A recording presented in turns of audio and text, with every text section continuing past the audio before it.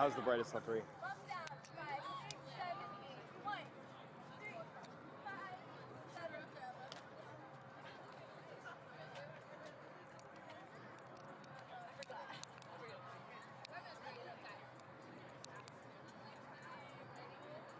How's that? 5, 6, 7, 8. 1, 5. You got it. 7. 1, 3, 5.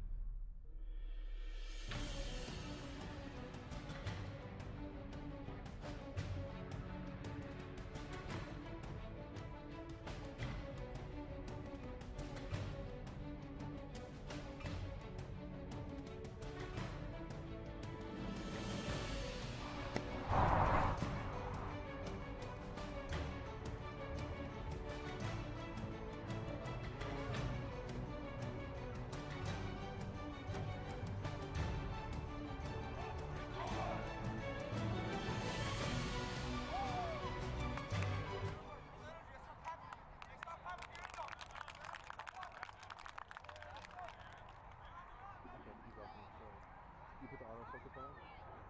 The auto focus? The auto focus on. It's on.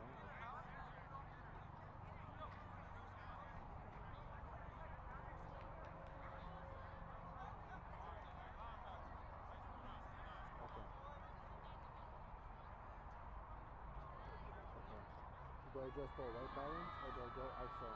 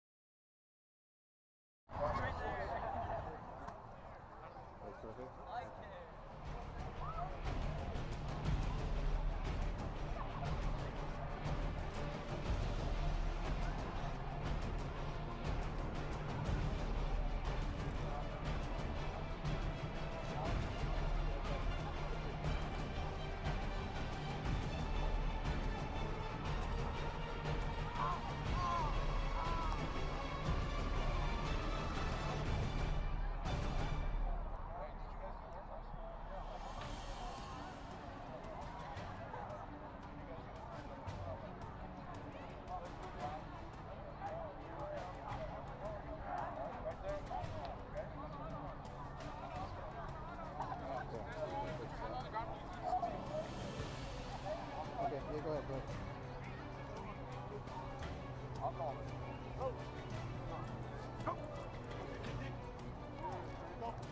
the way through. Good job.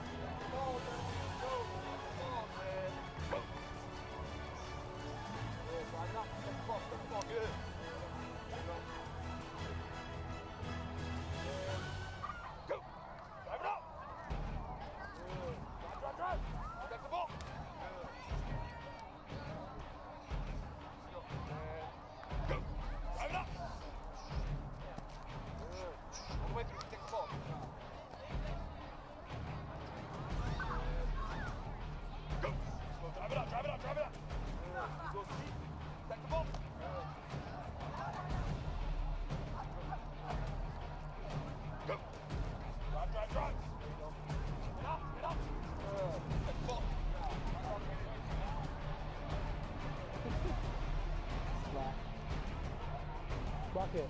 2 rockets. Oh my god. Hey, am I not?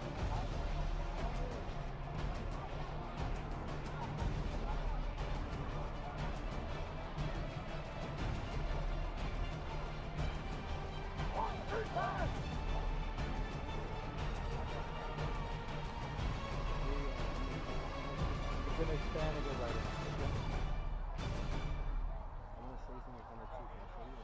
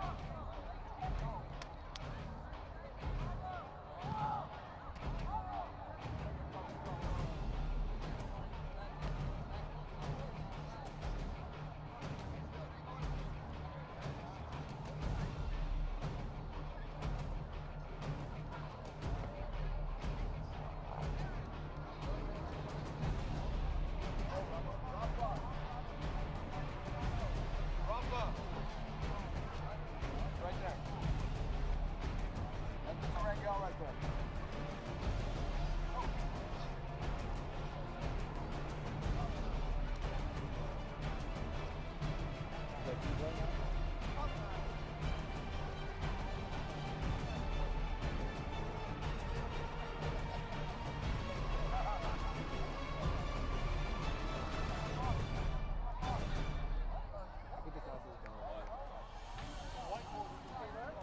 should be, yeah.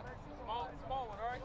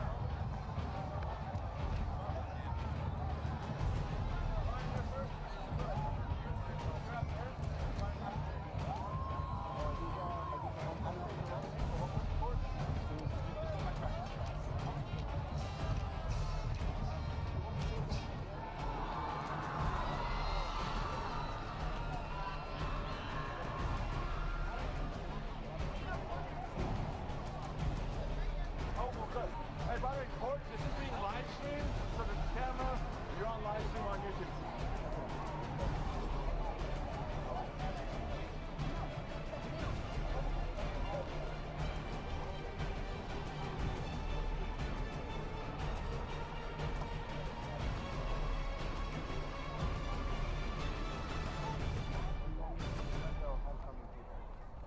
Oh, yeah, it is.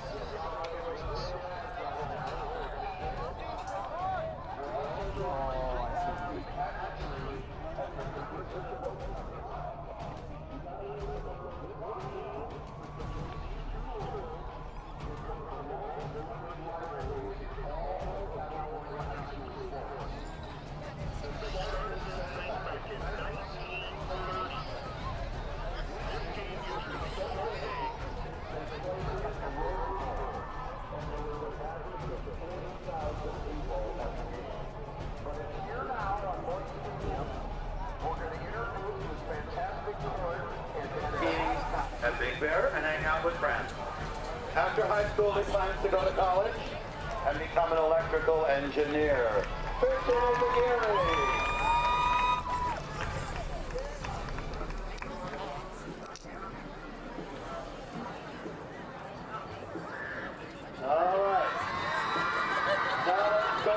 To the top here, we got the football players back in the dressing room. Let's continue, ladies and gentlemen, with our freshman Princess Gianna Areola.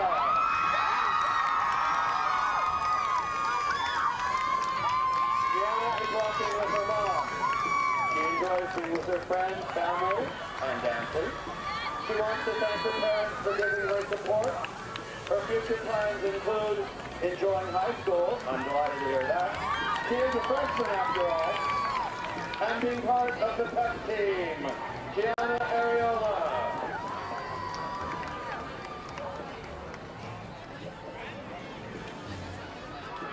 Sophomore Princess, Berlin Baharian.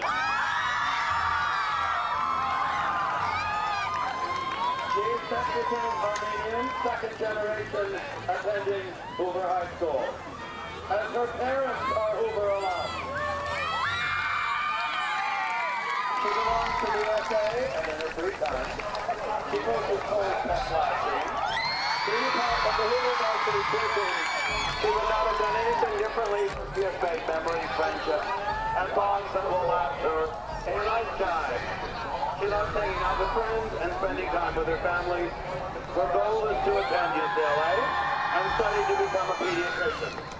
Today she has the honor in having her dad accompany her, who is her biggest supporter. She is also grateful to have her mom, her best friend, who is always by her side. Berlin Baharian. Junior Prince David Yanez. He would like to thank his friends for voting for him. I'm sure he would. For fun, he likes to hang out with those same friends. David Yanez.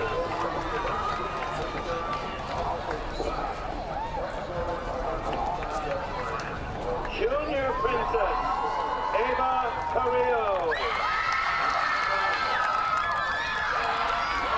She loves to participate in activities at school, serving as president of the Friends Club. She's also a member of the Hoover Team. She enjoys painting, drawing, and she can sing. At least she likes to tell herself that she can. In the future, she envisions attending UCLA and near Stanford, whoever is wise enough to select her first. Walking with her today is a significant person in her life that without she could not be the individual she is today, her stepdad. She gained strength and independence from him, as well as the ability to be honest, considerate, and kind. He is an incredible human being. When people ask who my father is, she is pleased to say his name. How beautiful that is. Right. Ava Carrillo.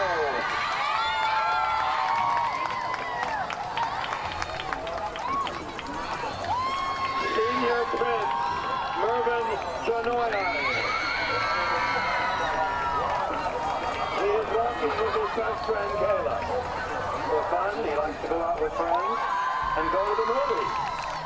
His future plans are to go to GCC and then transfer to a four-year school. Mervyn Janoyan.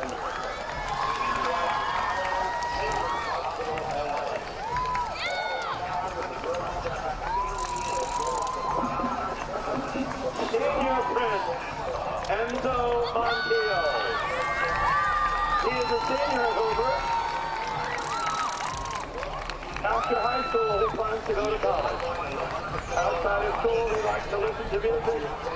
And of course, he's being escorted by the one and only Dr. Steph. Enzo Montiel.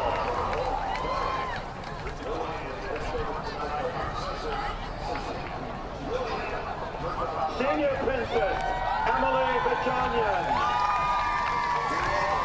She's walking with her dad, Vahe Bajanian. She likes reading, directing film projects, playing the piano, and playing soccer. She plans on studying political science at a UC once she finishes high school. From there, she will go to law school and either practice law as a district attorney or go into a private firm. She will also continue advocating for Armenia in terms of improving youth education and the livelihood of those in remote villages.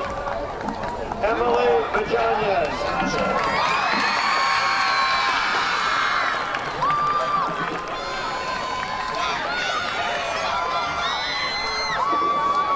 Senior Princess Ruby Cook. Ruby is walking with her wonderful dad. She and her mother have always been there for her, even when she was a total teenager. You are now, Ruby? She loves them so much and is so grateful for their love. Some of her hobbies include gymnastics, journaling, and hanging out with friends and family. She is a big chatterbox, although she really isn't in my AP statistics class, and so but can go on with the conversation for hours. Morning, she usually stops making sense about 30 minutes in. For the future, she hopes to continue. She wishes to continue being a chatterbox, excuse me, and maybe go to a private school. But on a more serious note, she wishes to attend UC Santa Cruz and major in developmental psychology. After college, she hopes to become a family therapist. In addition, she'll be taking her every 6-month trip to see her best friend, Elle, wherever she is living. Ruby Cook.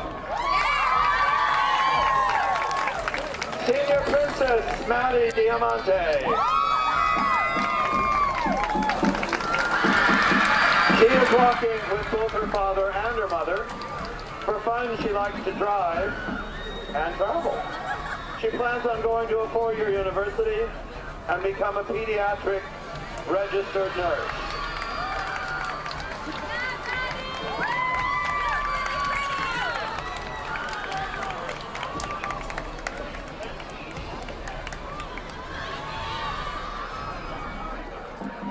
Maddie Diamante.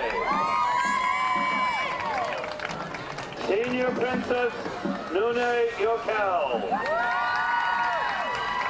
Nune is walking with Alejandro Hernandez. She likes being creative and hanging out with friends. After high school, she plans to travel Europe and get a bachelor's degree in criminal psychology.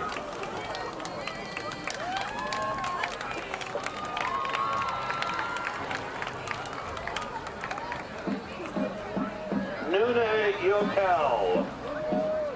Senior Princess Andrea Zakarian. Andrea is walking with her mother. She's a 4.0 student and is in the captain of multiple clubs, including DSA and ACSY. Her favorite subject is science, and she plans on becoming a doctor in the future. Andrea has trained in gymnastics for several years, and now teaches her own gymnastics class in her free time. She also enjoys listening to all genres of music. If you see Andrea listening to music, just know that The Weeknd is likely playing. Lastly, Andrea enjoys hanging out with her friends, shopping, traveling, and exploring new places. Andrea Zakarian. Ladies and gentlemen, there they are, the 2022 Hoover High School Homecoming Court.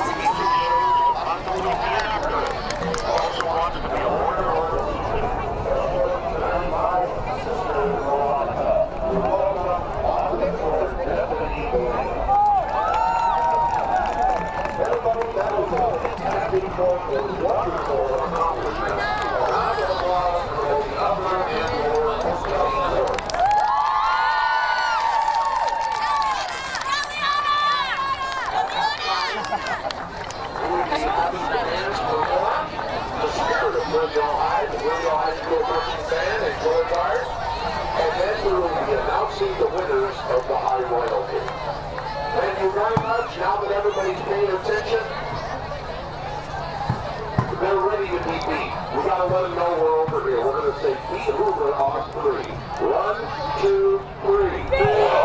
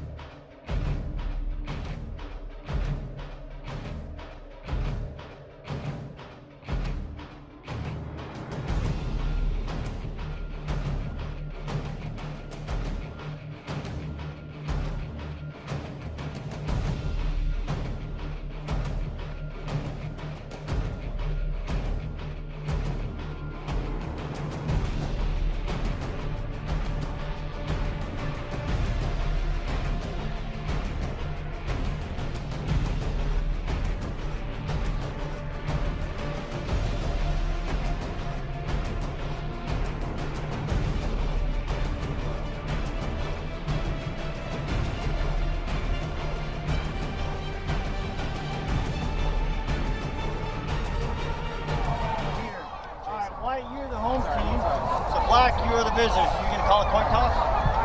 Okay. All right. That is heads. That is tails. Okay. What's your choice? He said Hang on, fire. heads. It is heads. You're the one your choice. You want to defer, correct? Okay. Black one. They will defer their choice in the second half. You want the ball, right? Which goal do you want to kick from? Okay. So swing your backs over there to that side.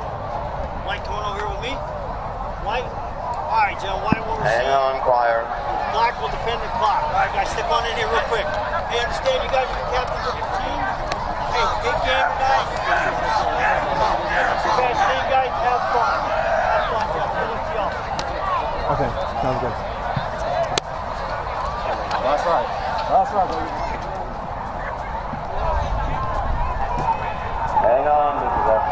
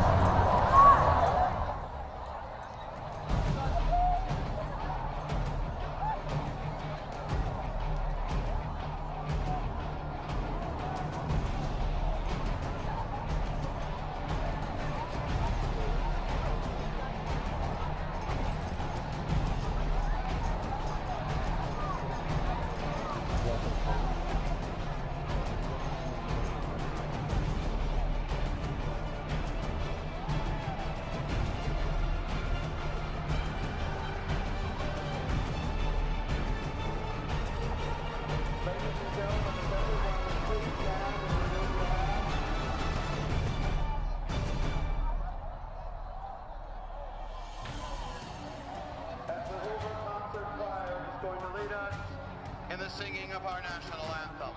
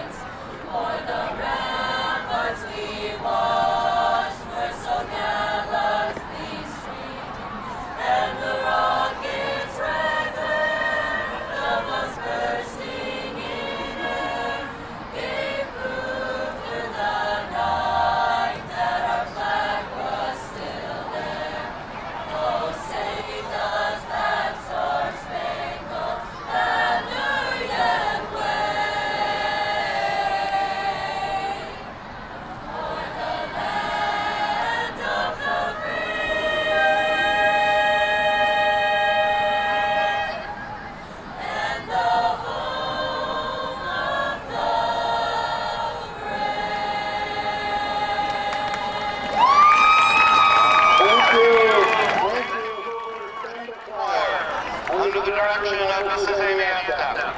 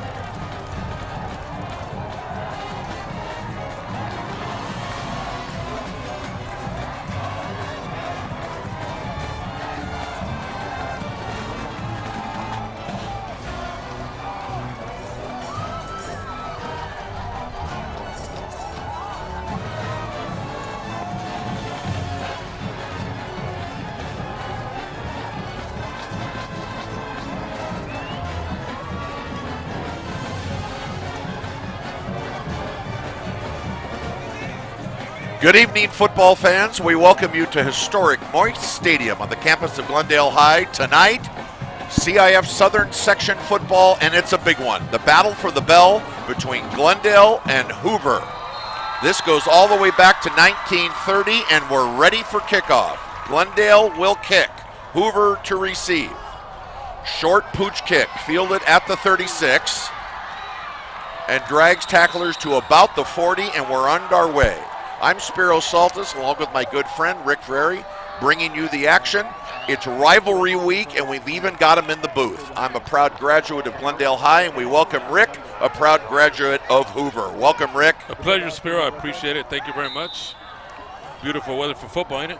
Just autumn in the air, the rivalry, the battle for the bell. We'll get into that a little later on, but meanwhile, Hoover takes possession, 1st and 10 at their own 40.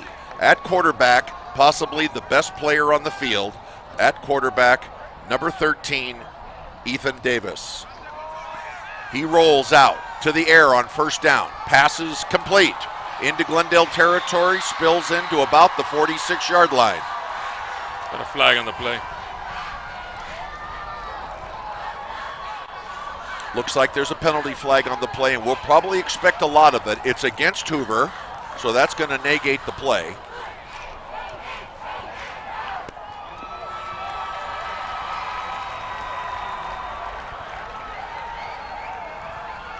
Penalty moves the ball back to the 35-yard line. So now we'll make it start over again. 1st down, 15 from the 35. Hoover comes into the game, an excellent season under head coach Azad Hirabidian, who, by the way, is a Glendale High graduate. Taking this program from the ashes, they're 7-2 going into tonight's game. Davis is going to work from the shotgun on 1st and 15. Right to the air again, out of the pocket. Now decides to keep and dances past the 40 out of bounds, getting back the penalty and a little more.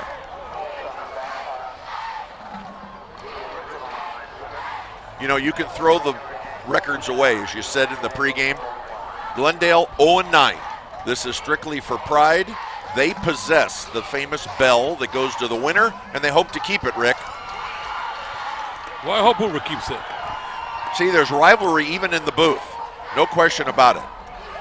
Officially marked at the 41, so he got back the penalty +1. 2nd down and 9. Handoff. Straight ahead, good blocking. Co-captain Cedric Lynham carries. He runs into Chino Alonso.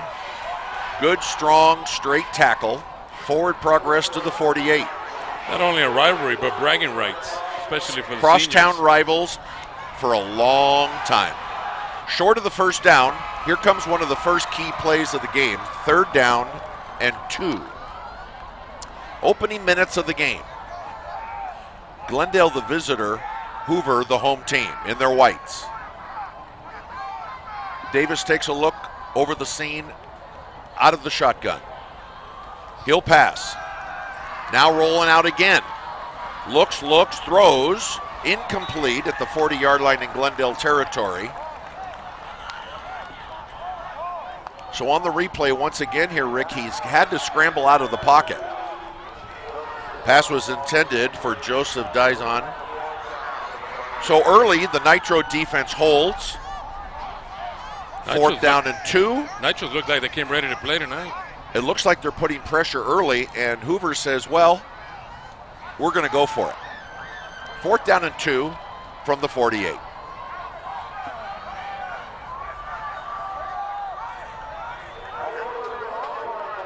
Wide receivers to both sides, off the right hash, looking for the 1st down. Stumbling into Glendale territory, and it looks like he has it. Cedric Lynham carries into Glendale territory at the 49, and they move the chains. I think the key issue here is that both teams are able to get a few impact players back. Quietly through illness, injury, they've been able to shape it shave it, and tape it, and they're all, if they can play, they're here tonight. First and 10. Handoff once again. Cedric Lynham.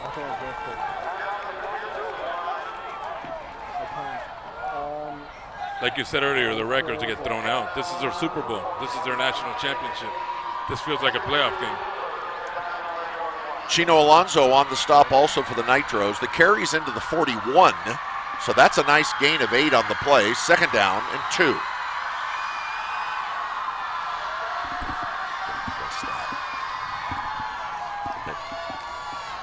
So good yardage on first down always makes things easier. Davis is going to work out of the eye. This time he goes under center, straight ahead running, first down and more. To the outside, Andrew Torres. You'll hear a lot about him tonight. Credit Jonathan Anaya with the stop. 35-yard line is the mark, and the Tornadoes move the chain once again. Also, the clock, almost 4 minutes of possession early on.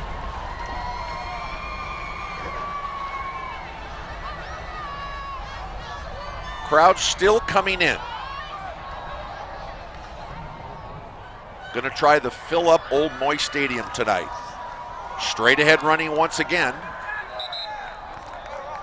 Into the heart. They're going to test the front four of the Nitros early, it looks like, Rick. Ryan O, the ball carrier. So far, they've spread the ball around. Ethan Davis at the controls. Nose of the football is about at the 32-yard line. So we'll call that a gain of 3. We'll call it second down and 7. Less than 8 minutes in the first quarter with the clock running. Hoover's keeping it away from the Nitro offense. Out of the shotgun. Davis now wanted to pass, scrambles, now has a man wide open to the 25. And he gets forward progress to about the 23.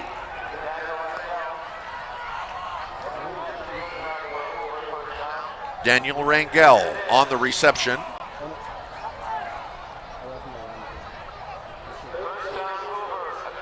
Inside the 25 to the 22. That's another Tornado first down.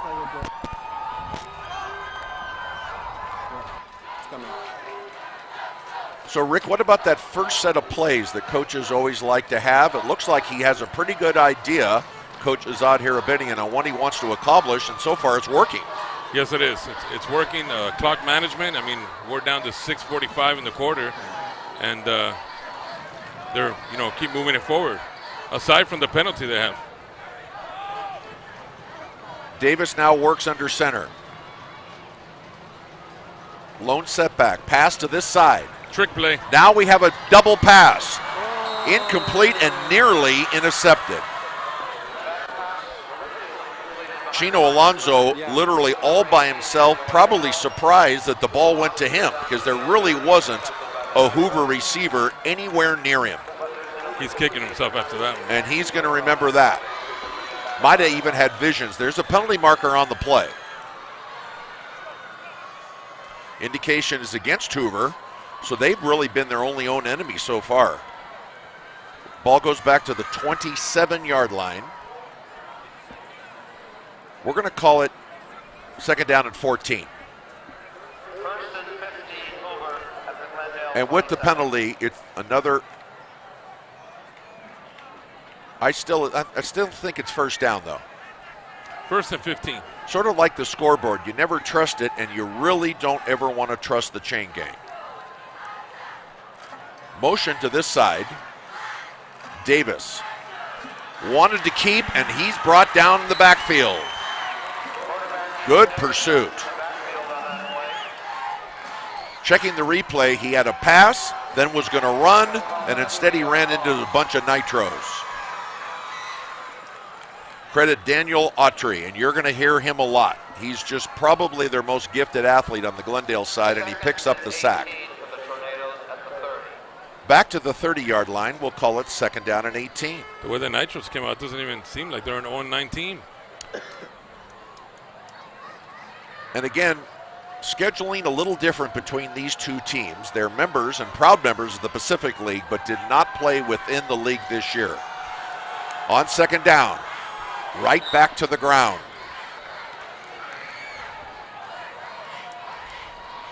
.24, Andrew Torres carries. Nose of the football at the 25-yard line. Well, here comes a key play so far to keep the momentum going for Hoover, or to see if the Nitros can stop them. From the 25.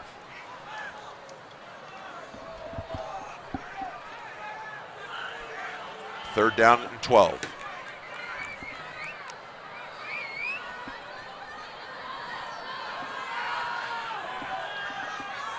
Davis to pass. Once again out of the pocket and tripped up behind the line. That's going to go down as a sack. Nitros getting good depth. Marco Regoza, haven't seen much of him. Again, a lot of guys returning from injury, and he contributes. The sack brings it back to the 28. And it's going to bring up fourth down and a long.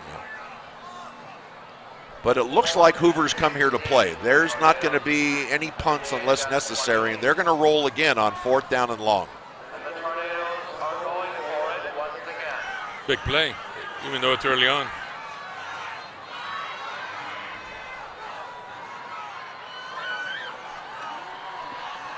Davis under pressure, rolls to the far side.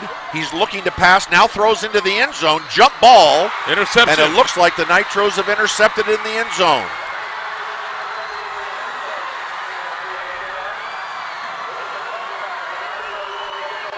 Nitros hold and take possession. That's one of those plays. It could turn the game around either way. Davis under pressure, threw into the end zone. Jump ball, and the Nitros recover. You know, you have the ball for most of the quarter, and you get nothing out of it. Momentum for Glendale High School. Credit Justin Melville, one of the best athletes on the team, with the interception, and now we get to see the Nitro offense for the first time. They've had a few different quarterbacks this year. Looks like they go with Joseph Caballero in the backfield as a runner, and he does carry on first down.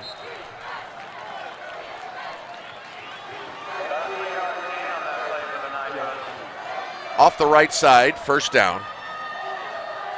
Daniel Rangel credited with the stop. The crowd into it early, Sparrow.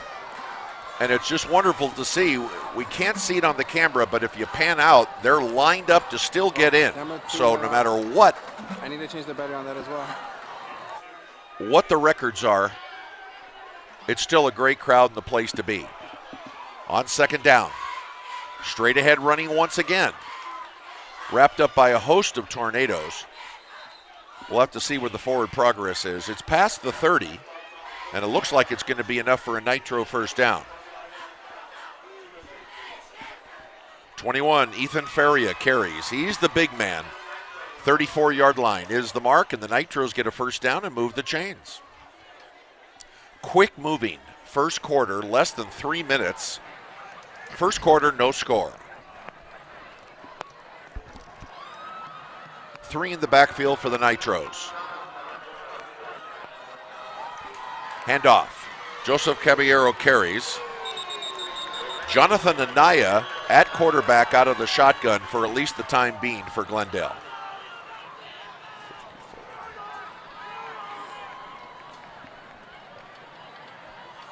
Anderson Tomes with the stop. No gain on the play. Right to the line of scrimmage, second down and 10. What do you see right off the bat, Rick? I see that both teams came out strong. You know, Glendale High came out strong defensively.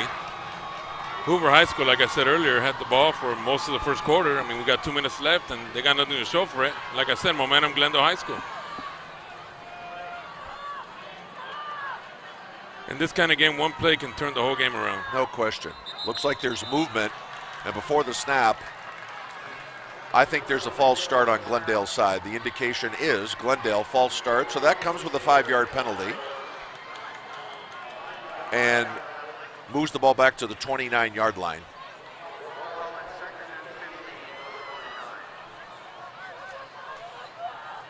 In the trenches, it's probably the most common call, either a false start or encroachment on the defensive side. Wanting to get a good jump, the Nitros jumped first. It cost them 5 yards. I'm sure both teams are a little nervous, a little amped up. No question. Second down, 15. Anaya, pass over the middle. First pass of the evening's complete to about the 34. Joseph Caballero out of the backfield with the small pass to the 34 to about the original line of scrimmage, so third down and 10.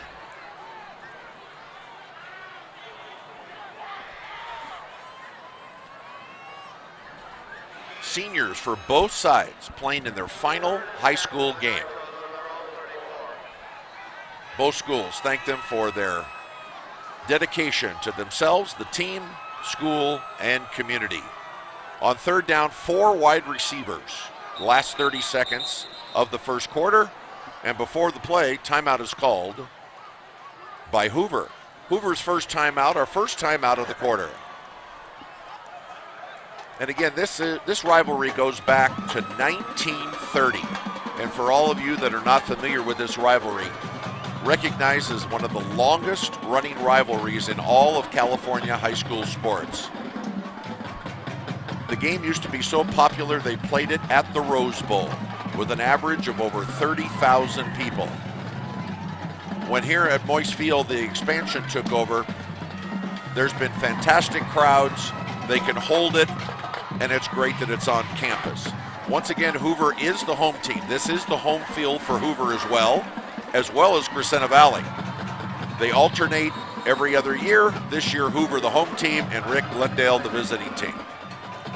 It's nice to see people. I mean, there's a long line to get in still, Spiro. Fantastic.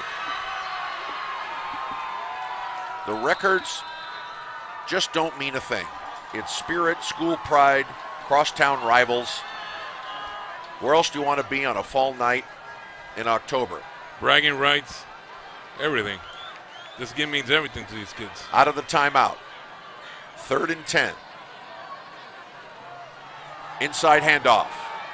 Good blocking off the right side. Just missed slipping away. Isaac Quiros carried. And I'll go as far to say that Joseph Dizon for Hoover probably saved a touchdown. Grabbed him at the ankles at the last time and kept him from getting a first down. So it's 4th down.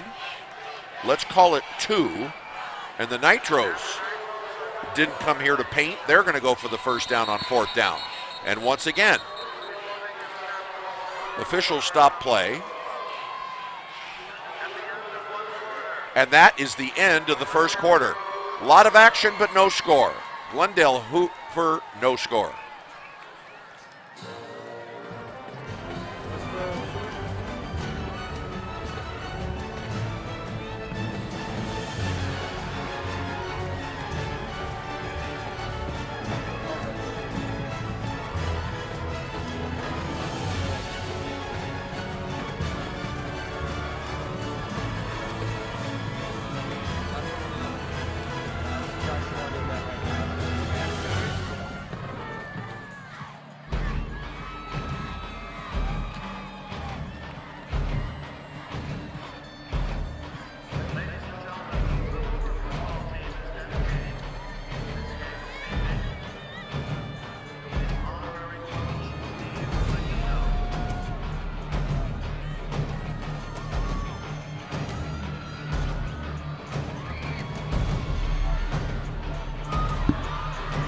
We start the second quarter in the battle for the bell. Glendale and Hoover, no score at the end of 1. To start the second quarter, 4th down and 2, and the Nitros are going to go for it from their own 42. Out of the shotgun, quarterback keep, straight up the middle, first down and more, into Hoover territory. Still dragging tacklers. They're not going to bring him down until he gets into Hoover territory around the 38-yard line. strong running, will, and desire. Practically took the whole team with him. Ethan Feria, probably the strongest running back. He not only put Glendale on his shoulders, but a bunch of Hoover Tornadoes as well. 1st and 10, 38-yard line. Glendale right back to the ground. They're working that left side. Good yardage on 1st down. Seems like they're going to stick to that ground game, huh? I think there's less chance for turnovers as well. That's been one of the tough problems for Glendale this year. And Ethan Feria could take the ball all night. He gets it again. Now, quarterback keep.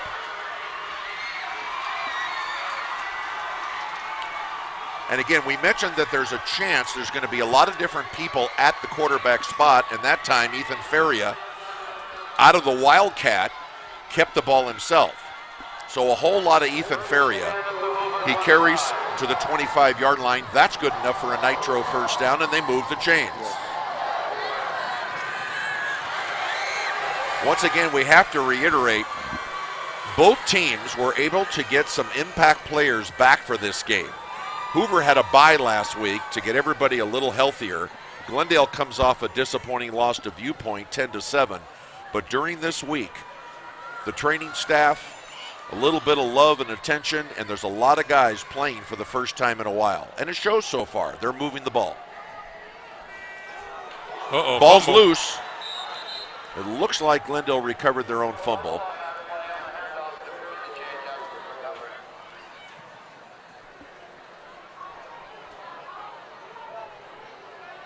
This takes me back when I was in high school and I used to come to these games. No doubt about it. It was just the place to be. Yep. The handoff was to Jaden Willia. And again, he's coming back from 4 weeks, I believe, of injury. Not the best handoff, but he got his own recovery, and the ball's at the 28-yard line. 2nd down and 13. Once again, Ethan Feria, normally a running back. This time, Jonathan Anaya at quarterback. He swings passes to Joseph Caballero. He gets to the far side inside the 25. Some fancy footwork by the kid. Safe pass. He was able to get some space. Joseph Caballero has been a workhorse for the Nitros all year. Proud enough to be their play-by announcer in my 35th year for the Nitros, so I've gotten to know this club. And yes, my 35th game doing Glendale and Hoover. 35 years, that's incredible. Been around a long time, Rick. I've seen the good, bad, and the ugly. So far, a lot of good here so far.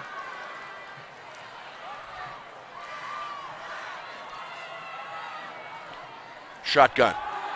Deep pass. Screen pass, Caballero. 20, spills into about the 16-yard line. It's going to be close.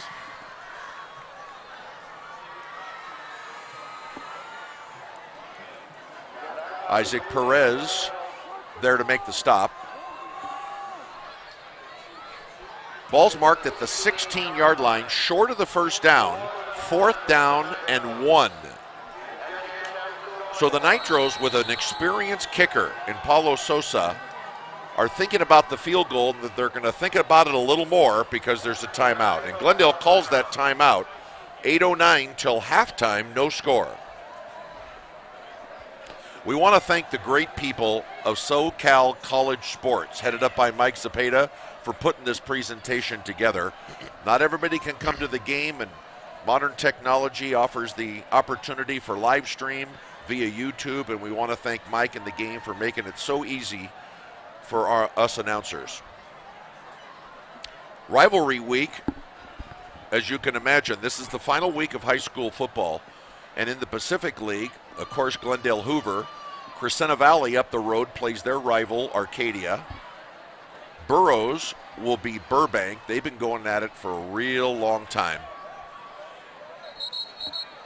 And Muir and Pasadena played in the famous turkey tussle yesterday. They get to play that one at the Rose Bowl, so that's very special. We'll finish up play. You know, if I'm Glendale here, I go for it. They thought about it, and they must have heard you, but it looks like they're going to go for it rather than the field goal. 4th down and 1 out of the timeout. Wildcat, boring straight ahead.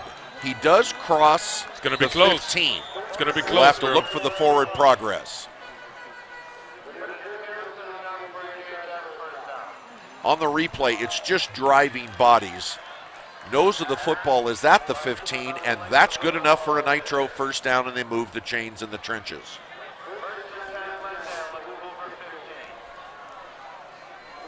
So far early on, the story of this game is time management. I mean, we're at seven minutes left in the quarter, and Glendale High is still driving. If this was on network television, there's no chance they wouldn't be able to run any commercials. We're happy to bring it to you commercial free. Out of the shotgun. First down. And before the snap, looks like somebody's moving around. False start against Glendale. We'd mentioned, Rick, that doing their games all year, they can be their worst enemy. Penalties and turnovers. A lot of that due to the fact that a lot of their players, have been out with injury or illness. Just not in sync, and it cost them 5 right there. Yeah, penalties are killers.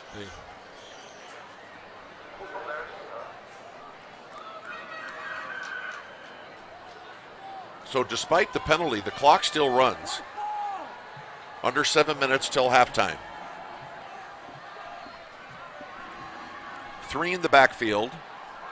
Caballero now shifts to the left side.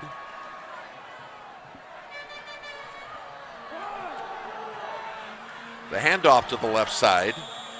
Anaya was at quarterback. Ethan Feria got the handoff.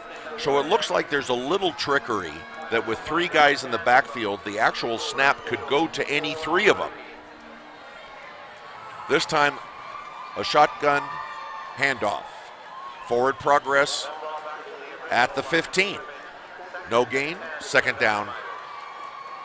I take it back. There was a gain of 5 after the penalty, so now we're at second down and 10. And again, you learn never to trust the scoreboard as they still have it at 1st and 15. But we're going to work with the great camera work of SoCal College Sports and what we see here on the monitors. Single in the back. Anaya has time, passes, looks into the end zone, jump ball, but I think a Nitro Touchdown. has it. Touchdown, Nitros. Number 11, Justin Melville, jumped the highest, came down with the jump ball, and the Nitros are on top first. That was a great throw and even better catch. I think it all starts with plenty of time to pass, good protection. Anaya throws. Everybody saw it. Melville come downs with it. So once again on the replay, lots of guys blocking. Threw it up and came down in the arms of Justin Melville. Nitros on for the extra point. The kicker is Paulo Sosa. Oh, another and penalty. Hoover at this time looks like they jumped. The indication is encroachment against Hoover. So that'll be half the distance to the goal line. That could give Glendale an idea to go for 2. And here comes the troops for Glendale. I think they might try for the 2-pointer. I believe that's the 8th or 9th penalty of the game. Yeah. Over the years, that's always something you can count on. A little bit too much excitement, not staying within yourself. And now we're going to find out whether this costs Hoover an extra point. 2-point conversion.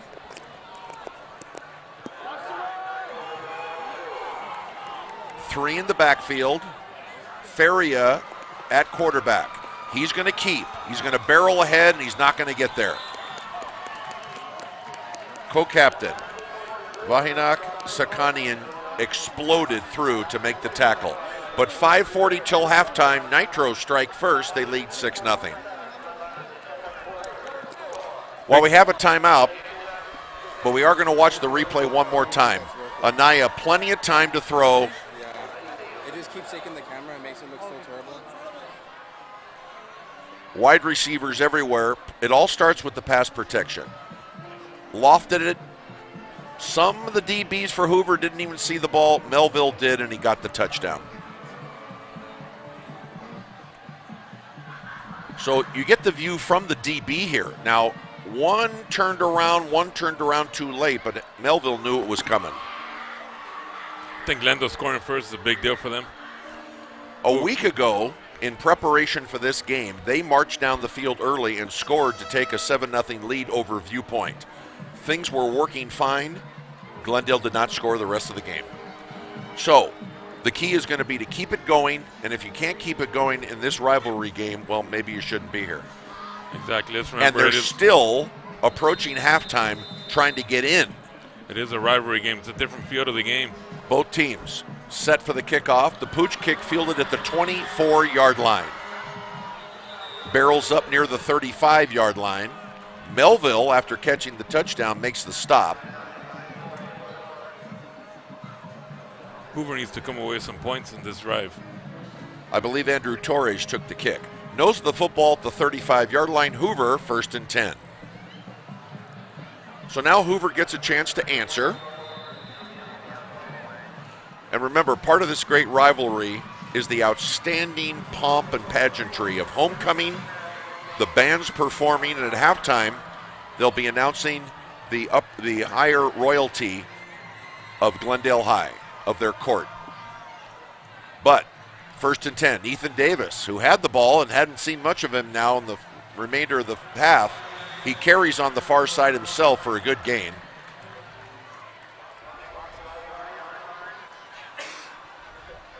Great speed on that kid. Jaden Willia there to make the stop. Davis carries to the 42, so that's a good game. And, you know, the woes of Glendale with the injuries all year, Jaden Willia, who just made that stop, he was my spotter up in the booth for 3 games this year because he couldn't play. And talk about a caged lion. I'm sure he must rather be on the field, right? As soon as he got that doctor's approval, he couldn't wait, and he got the good news this week that he could play. It's a game of 7, 2nd down and 3. Inside 5 minutes till halftime.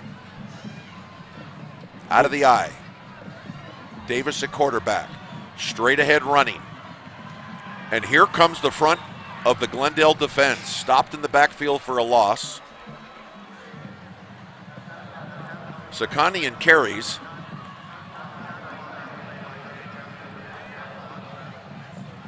And let's check where the forward progress is. To the 38-yard line. The forefront all got in on the play. This Glendale defense came to play tonight, Sparrow. I'll tell you that. Again, plenty of film for each team to see each other. Their tendencies, maybe a spot they can go through, but it usually does come in the trenches. And we have a timeout. Timeout's called by Hoover. I think that's their second one of the half, and it gives us an opportunity to announce the great officiating crew. It's a seasoned and veteran group that they assigned for this game, and they're out of the San Fernando Valley Football Officials Association. Our good friend, the referee Jim Sayre, umpire Jason Fitch, the head linesman Bob Paredes, the line judge Bob Klobuchar, and the back judge is Andy Parker. We've seen them on Moist Stadium Field a few times this year, and we're happy to have them as the crew for tonight's game. Sparrow, do you look forward to this game as these players do and these fans and these parents? Seeing that I was here, a former student athlete myself on the field, it's just great to be a part of it. Any game is good. Friday night lights, Thursday night nitro, but when it's Glendale Hoover, buckle up. Out of the timeout, 3rd and 7. Shotgun, Davis, scampers, cuts outside. Headed to the sidelines and knocked out of bounds. Stop short. Looks like he's short. He runs into literally everybody on the nitro sideline. He's not going to get any help getting picked up there. Chino Alonso once again knocked him out of bounds. And they give forward progress to the 44-yard line. It is short, Rick, of the first down. Once again, 4th and 1. I don't think there's any question Tornado's going to go for it. No question at all. They need to go for it. They need to get on the board here. Literally, this is their Super Bowl. This is their playoff. Neither of these teams, no matter what their record, would qualify for the CIF playoffs. This is it. 4th down, handoff. They got it, 1st down. They go to the big guy, Andrew Torres, the senior. Enough for the first down and the nose of the football at the 45-yard line. So they felt confident. They've been able to move the ball and decided off the right side and pick up the first down.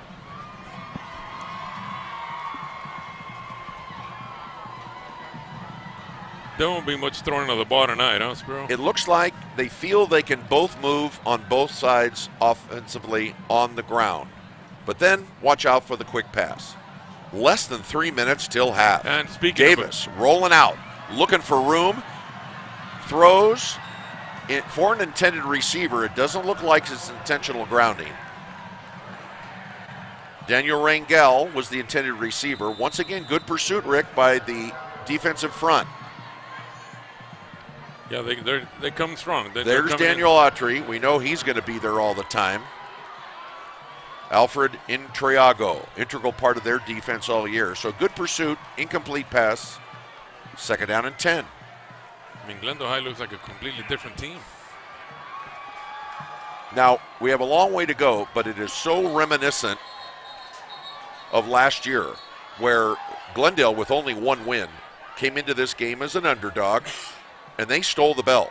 They outplayed Hoover, didn't make any mistakes, and walked away. They're looking to do the same thing.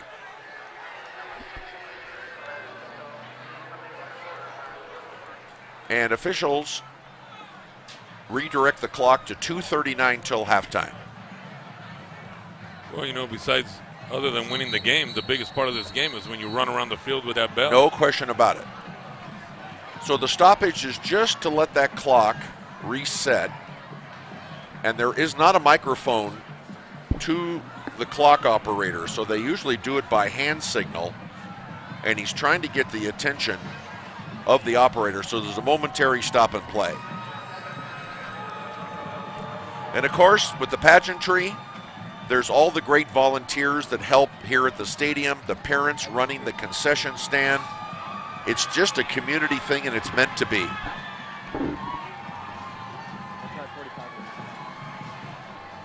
So we're looking for them to correct the clock. I think they're trying to make it 2:45.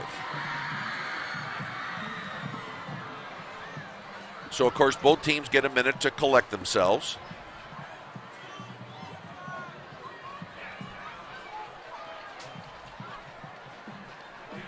Glendale High looks like they have quite a number of fans.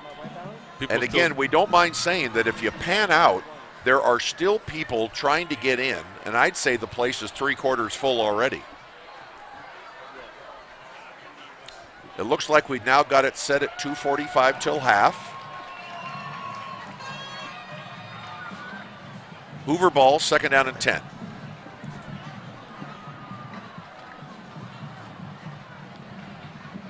Stop and play gives these kids a breather. Just a moment. We'll see if it benefits either the offense or the defense.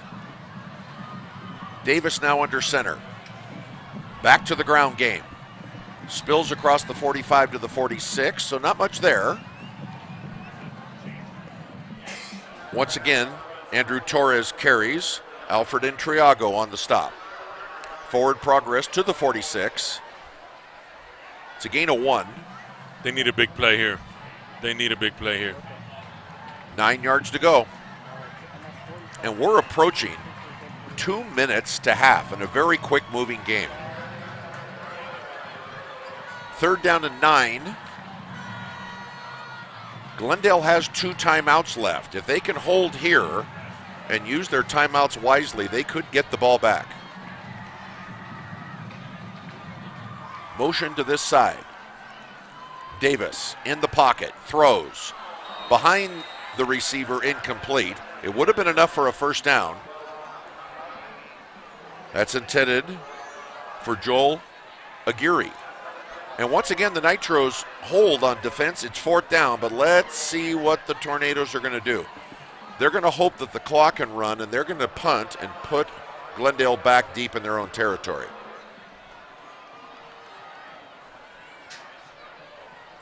They're in punt formation, but you never know. A trick play might be coming up. Yeah, except for one deep man. They all are up. And by the way, quarterback Davis is one of the short three. Instead, a punt. Nice high one. Takes the Glendale bounce. Glendale lets it go. And around the 34-yard line with 1:42 till half, Glendale, 2 timeouts, gets the ball back.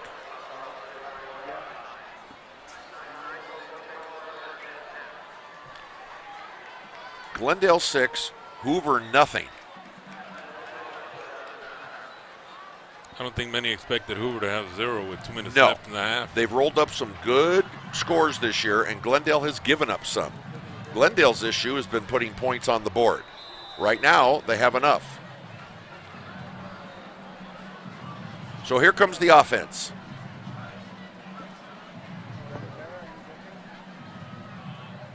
Now, Justin Melville's in the backfield now as one of the backs, or Wildcat could go to him. On first down, Melville does get it, and he's going to keep on the quarterback keeper. There's a penalty marker on the play. Couple flags. Somebody did something wrong. Melville carries. Sakanian once again on the stop.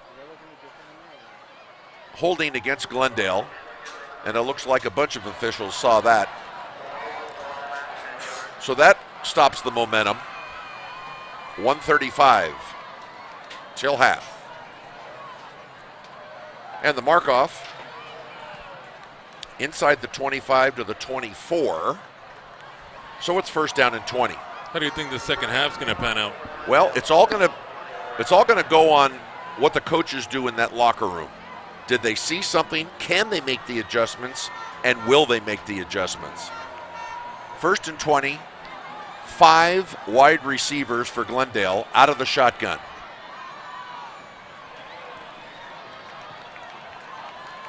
Melville's at quarterback, not known for his arm.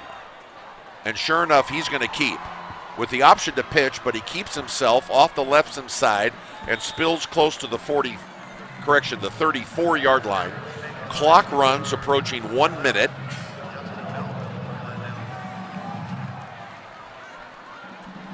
Isaac Perez on the stop. 34-yard line. So he gets back the 10 yards on the penalty. Now 10 yards to go. Second down. 44 seconds.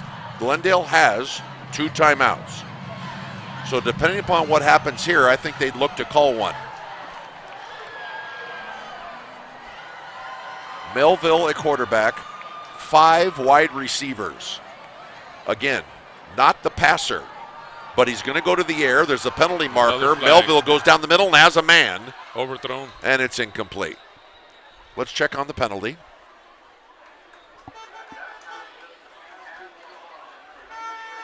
And the indication was a false start against Glendale. So they pick up the loss yardage on the penalty. Now they get themselves 5 more back.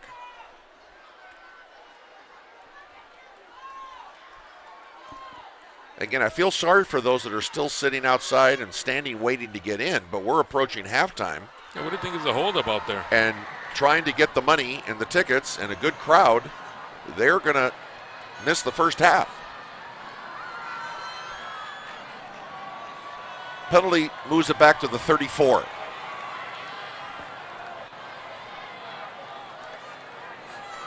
Third down and 10. Inside sweep.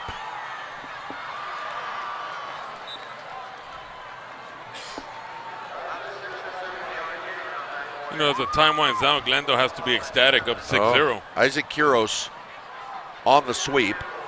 And Glendale's going to be very happy.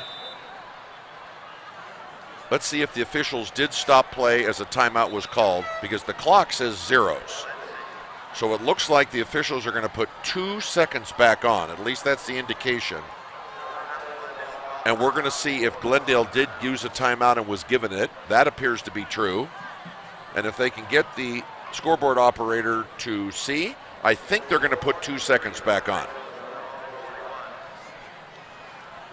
So, Rick, you got to think a possible hook and ladder, a trick play, a triple reverse, something that just might happen for Glendale as we go into the halftime locker room. Could change the game here. Never know what they might do. So out of the timeout, Glendale's going to roll. It looks like they're not quite sure about their lineup, but they do have 5 wide receivers. I believe Ferry is at quarterback. No, it's Anaya, and Naya throws down the side. Oh, off the fingertips. Tipped, but then off the fingertips. That's the end of the first half. Oh. Since 1930, Glendale has been doing it with Hoover. We finished halftime. Glendale leads 6-0. Halftime entertainment coming up with both bands and the announcement of the homecoming court. Glendale's running This off. is SoCal College Sports.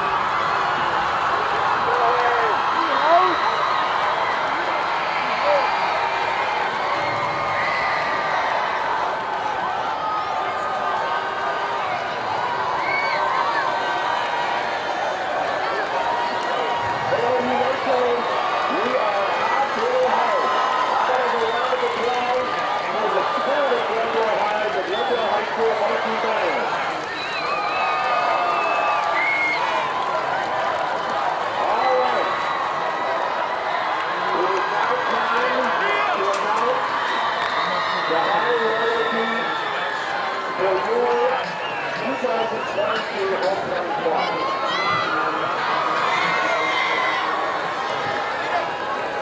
We thank all of them and congratulate all of them for being a part of the homecoming court.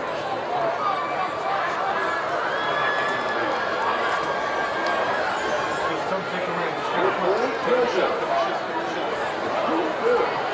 of our higher royalty, Lord Hoover. Lord, come on down.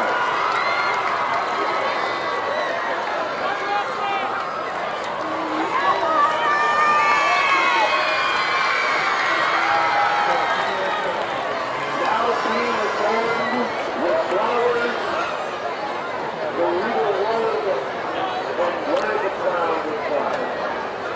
Who shall join you for the royalty of Glendale High Homecoming 2022? Congratulations to Becky Valiant.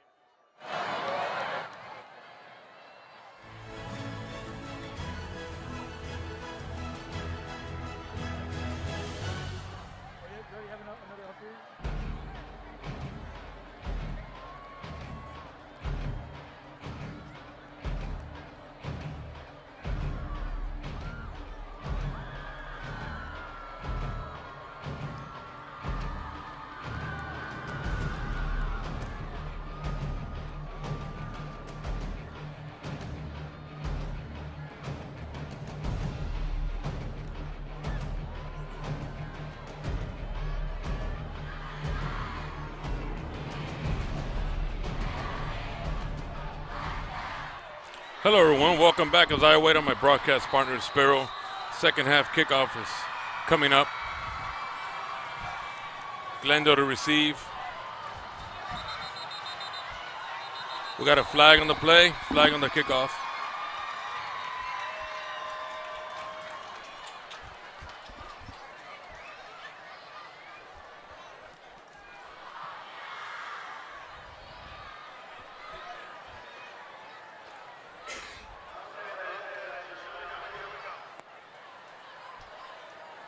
Not sure what the flag was about.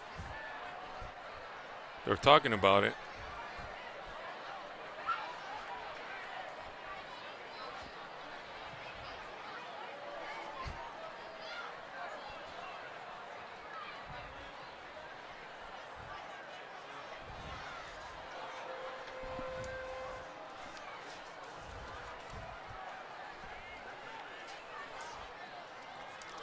We're going to try this one more time here. Daniel Banan ready to kick it.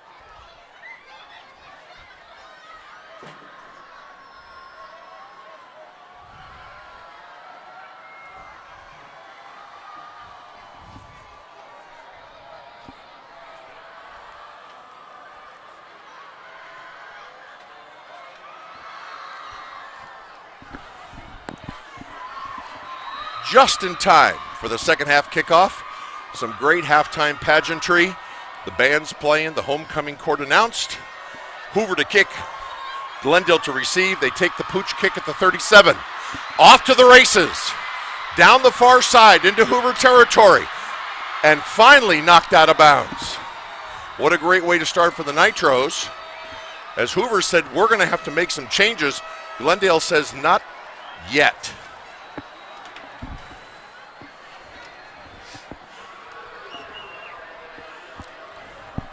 That was Justin Melville, but of course, as comes with the Glendale Hoover game, possible penalty on the play. Second penalty, and we're 10 seconds in.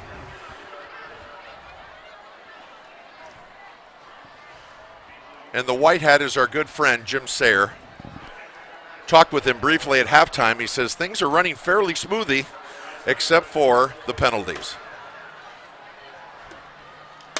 So on the play, the indication against Glendale brings the ball back to the 40-yard line, and that's where Glendale's going to start, 1st and 10.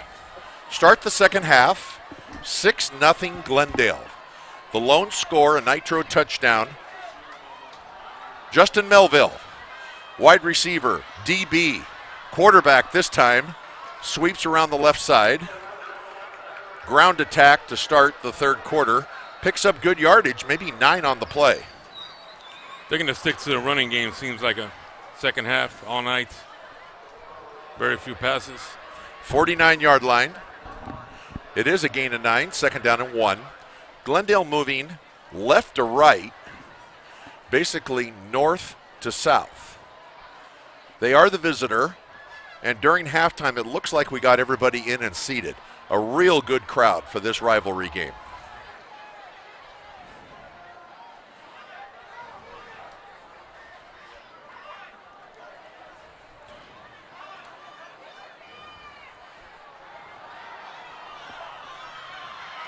First down into Hoover territory and more.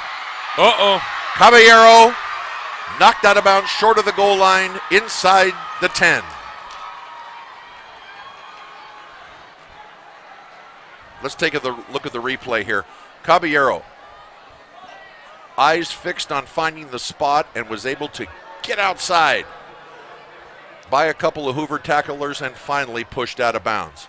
15-yard line is the mark where it looks like he stepped out of bounds. 1st and 10 for the Nitros at the Hoover 15. Glendale came out with the same intensity they came out in the first half. Well, we can all imagine what was going on in the locker rooms.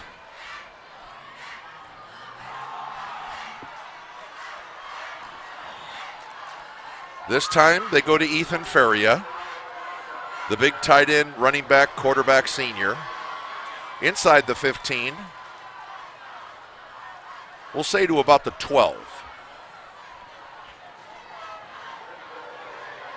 Did you enjoy the halftime festivities, Sparrow?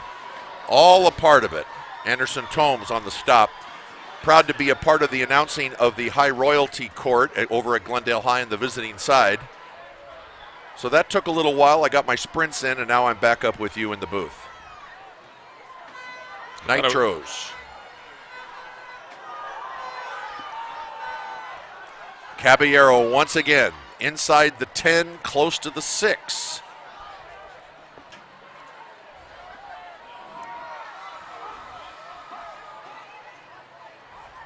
Frank Higginbotham III on the stop.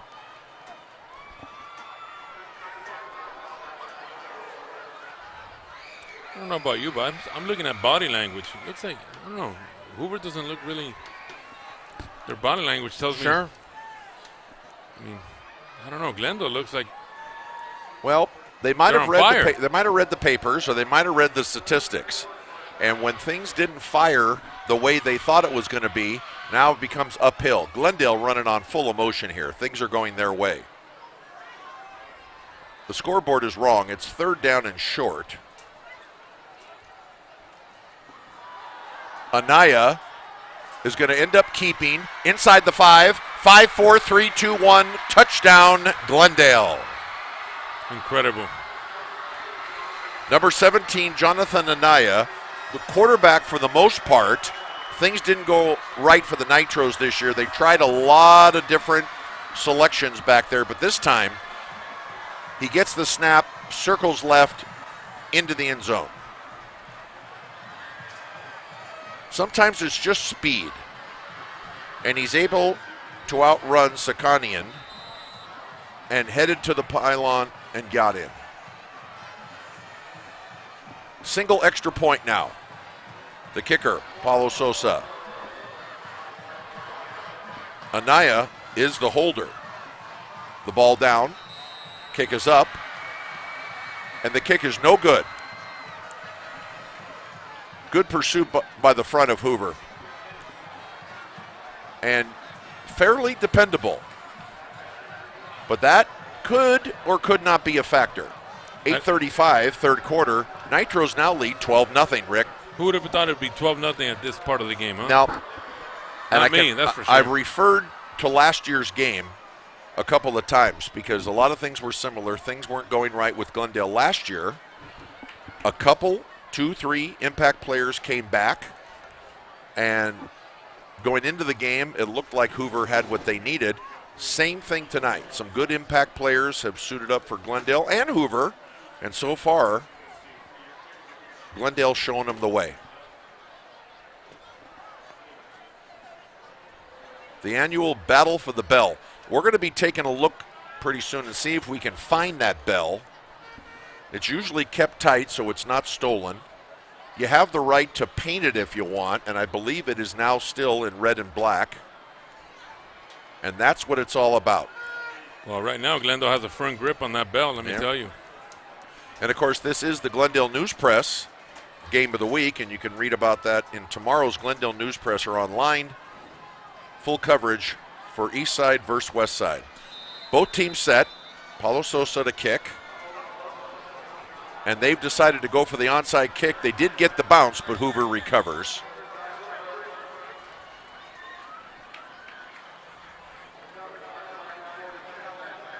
.47, Aram Darbinian. Held on with both hands, and Hoover has now feel good position to start the second half at least, Rick. In the past, this game has been on Friday night, hasn't it? Sometimes it is. Sometimes the league likes to have games on Thursday to wrap up the Pacific League. Of course, that's not the case this year. I know tomorrow is a staff day, an off day for students at Glendale High, so maybe it is at Hoover as well. Well, that makes sense. First possession, Hoover. They go to the ground. Not much there.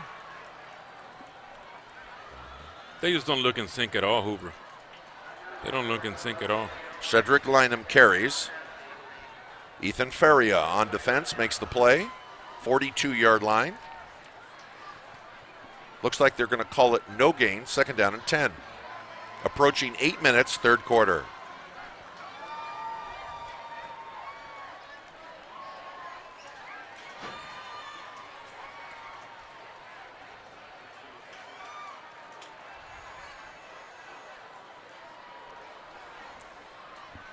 Straight ahead running again. Crossing the 45. Alfred Intriago once again on the stop. Once again, Cedric Lynham was the ball carrier. 46-yard line. Hoover's worst enemy is the clock right now. The clock keeps ticking. Yeah, they may not have big strike capabilities, so they're going to have to grind. wait for their spot. But early on, here comes a big third down. We're going to call it third down and a 6. Davis comes up under center this time. He's going to look over the defense, back to pass. Deep drop. Now rolls to the left. Looking downfield. It's going to be another jump ball. And this time Hoover had it and then dropped it. Incomplete pass. Daniel Rangel, the intended receiver, looked like he came down with it, but then I think a Nitro got in there and put a hand in there and got him out of it. Here's the jump ball. And just really never had possession because the Nitro defense got in there and knocked it down. Looks like Mateo Gutierrez got an arm in there. There would have been a huge Well, once again, the scoreboard operator not doing its job. We're going by what we know, and that it's 4th down from the 46, and we're going to call it, correction, 3rd down and 6. That would have been a huge play, huge. It would have been the one they were looking for, Rick, no question about it. Davis got the play from the sideline, now runs back into the huddle. And again, he doesn't have the benefit of the play clock. And again, I'm sorry about that. It is 4th down. 4th and 6, it looks like. Near the midfield stripe, so they're not going to lose too much. I mean, the punt can only go so far. But Davis has his play. Shotgun, back to pass. Again, out of the pocket, rolls, throws. On the far side, but ruled incomplete. Looks like no catch. Turnover on downs. Joseph Diazon was the intended receiver, and the Nitro defense holds, and they take over 1st and 10. There's a possible penalty on the play because they're not exchanging sides yet. The one referee said it was on the ground. So it looks like the officials talked, and we're going to take a look at the play, but there's the ball hitting the ground. It looks like his hands underneath, Sparrow. Well, unfortunately, there is no replay. And he's not going to get any help from the Glendale sideline because it's on that side. And the official ran up from about 10 yards and said it was on the ground. So, now it's 4th down. And on 4th down, it was the fake and then a fake punt, so that doesn't go anywhere. And the Nitros are going to get the ball in Hoover territory at the 46. So what apparently was going to be punt formation, and instead, a bad snap and then a punt, and it was just all bad from the get-go, Rick. Very bad, very bad. Now Glendale's best friend is the clock. They can run this clock down. Mark Docklace ended up falling on the ball. Golden opportunity for Glendale. Hoover territory, 1st and 10, Hoover 46. If I'm Glendale, I'd keep it on the ground and kill some of this clock Let's down. see what they do. Anaya now pitches.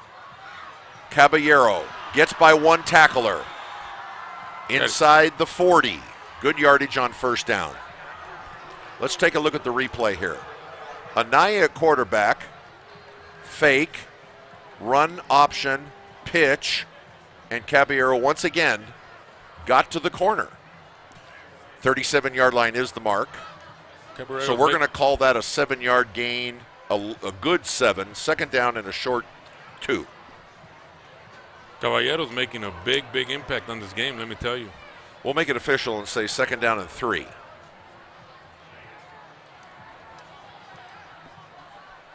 Once again, 3 in the backfield. Anaya hands to Feria. 1st down and more. Fumble. Ball was loose. Looks not like caused by the ground, waiting for the officials. Looks like Hoover recovered. And the indication is Hoover ball. Huge play. Maybe that's the play to turn the game around for them. Huge And play. that could turn them around. It looks like 33 gets credit for the recovery. Frank Higginbotham III. Now the officials aren't going to have a chance to review this But it looked like, and of course the ground can't cause a fumble, but they called it a fumble. So we watch it again. The sweep, good yardage. He's going to run in. And we continue the slow motion tackle. And I think they ruled it because he actually hadn't hit the ground. He was rolling on top of a Hoover tornado. Nonetheless, tornado ball. So they get an opportunity. Andrew Torres carries on first down. Mark Docles on the stop. Progress, 13-yard line. Little or no gain on the play. Second down. Approaching 5 minutes, third quarter. At least everybody got into the stadium, Rick.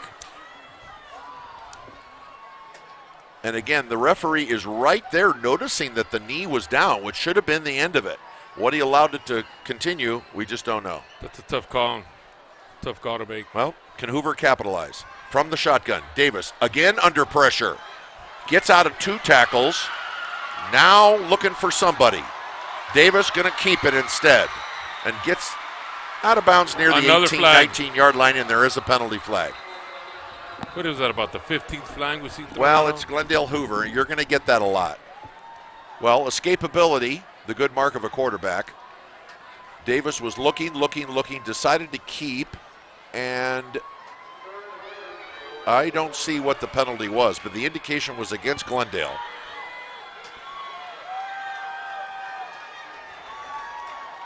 And it looked like a clean tackle. I don't know, but it's a big one, and it carries the ball to the 35 on the personal foul. It may have happened somewhere else because I certainly didn't see it on the tackle. I didn't see anything there. But credit Davis for keeping alert, getting out of the grasp, and Hoover's in business at their own 35.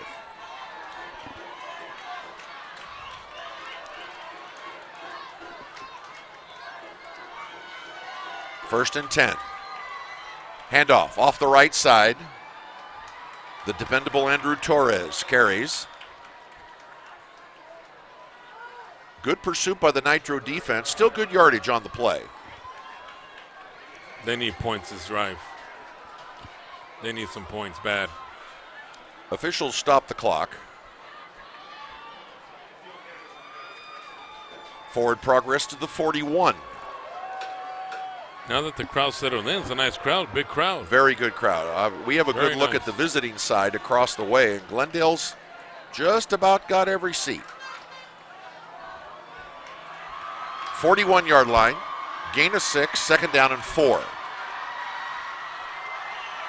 Handoff once again. Torres. He heads to the sidelines. Looks like another tornado first down. We'll wait for the mark. It's good enough for a Hoover first down at the 46-yard line. Once again, good speed to get to the outside. They're going to have to mix in a pass here. I mean, the running game's great and all, but the time's not on their side. And I'm going to counter that by saying that the most important issue for Glendale is when they get the ball back, can they continue and dominate the clock? We'll see. Without a turnover. Davis hands off on first down. Cedric Lynham, the ball carrier. He runs into Daniel Autry. Autry seems to be in on every play. 45-yard line's the mark. It's a loss of 1. Second down and 11. Approaching 2 minutes, third quarter. This has to be frustrating for Hoover. No way they thought they'd have 0 points with 2 minutes left in the third.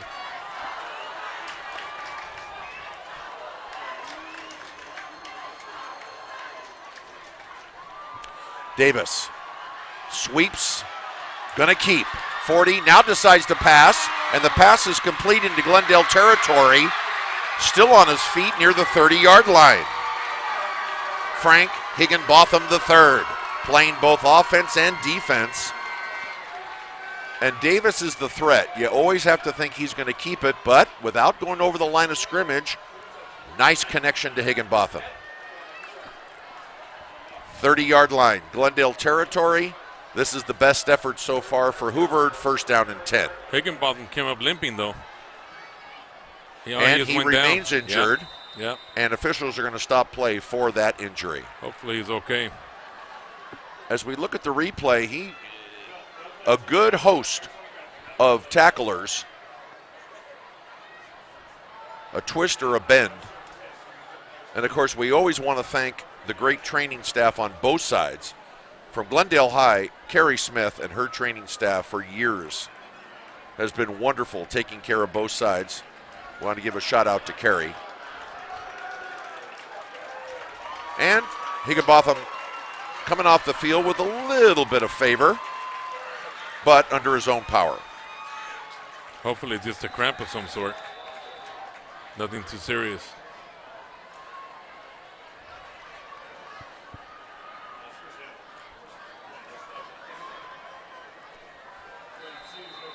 Officials start the clock, 30-yard line. First and 10 Tornadoes, knocking on the door, approaching the red zone. Once again, straight to the ground. Lynham carries. A little bit straight ahead, staying inside the hashes. Alfred Intriago once again on the stop. As this quarter one's down, Spiro, what are you looking for in the fourth quarter? Either that special big play you were talking about or a turnover. 27-yard line's the mark. We'll give him 3. Second down and 7. The last 40 seconds of the third quarter. This has to be a pass play. Now, anybody up in the booth or the coaching staff says when they're ripe and ready, they could be leading to that. But instead, straight to the ground again. Straight up the middle. Moving forward and moving near the red zone.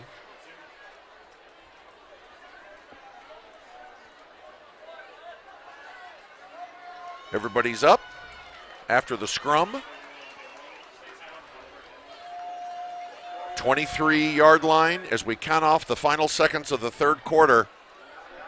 Since 1930, these two teams have been going at it, and we move to the fourth quarter in the 2022 version of Glendale Hoover for the right to take the bell. We go to the fourth quarter, Glendale 12, Hoover 0.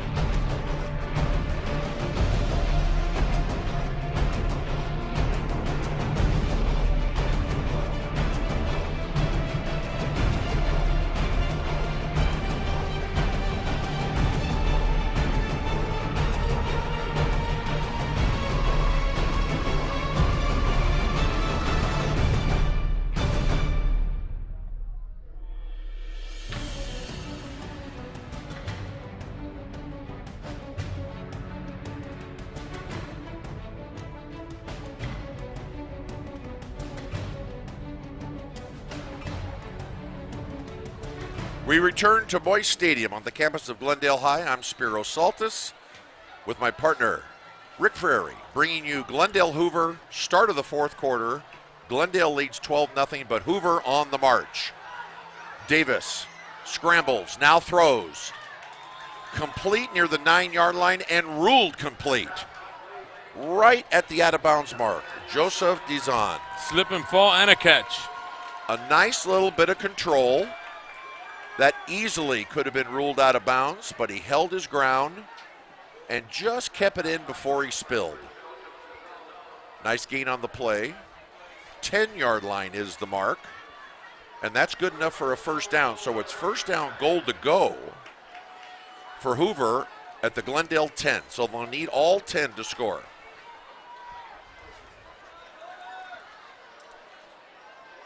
Now we're to the point with 11 or so minutes to play. Like you said, Rick, they really need to score here. Davis, pass across the middle, looking into the end zone. Touchdown. 4, 3, 2, 1. Touchdown, Tornadoes. 10-yard touchdown pass. That's what they needed. Number play. 5, Javon Lenham. Davis to Lenham. Now we got a game. That just made it a brand new game, Rick. No question about it. Glendale might start thinking a little bit. Hoover's going to get a little more momentum. And, of course, this extra point is going to be really important with Glendale not making an extra point on their first 2 scores. The all-important extra point. The ball down. The kick is up. Right through the middle. And the kick is good. Daniel Bainham with the extra point. 11:09 to play. Glendale 12, Hoover 7. The Hoover crowd, we can finally hear them then, huh? They've been sitting on their hands, and that's a credit to the Glendale defense. But that was a march. And the Tornadoes marched down the field. Now we have to watch out for anything like a pooch kick or an onside kick. They're going to bring out all the stops. Still a lot of time to play, though, Rick. Oh, yeah.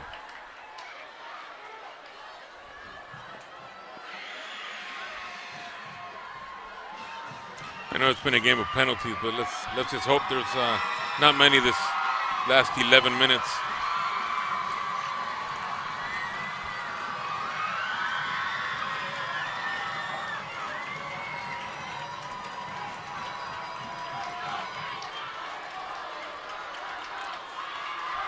What do you think they'll do here? Both lines are set. Squib kick. Obviously, Glendale prepared for anything onside or pooch. The deepest man is back at the 18-yard line. Bainham to kick. 5 men up front for the Nitros. The kick is fairly short, fielded at the 19. Down the sideline, 1 man to beat. And the kicker, Bainham, knocks him out of bounds in Glendale territory. Great return for Daniel Autry. Great field position. You take his chances when you kick pooch like that, and with good speed that he has. He found the seam along the near side. Great return. Hoover territory, 38-yard line. All of a sudden, Glendale has a chance to answer right back.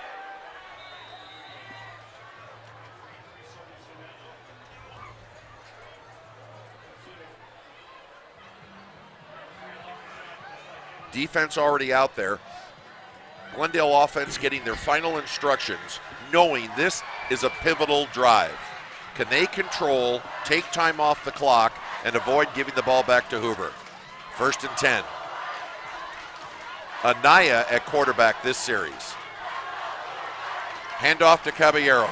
He tries to get outside. Jumps close to the 36-yard line. Good on 1st down.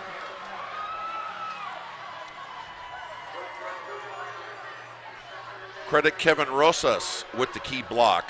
Good to see him back. Just became eligible this week after a tough injury. And they needed him on the offensive line.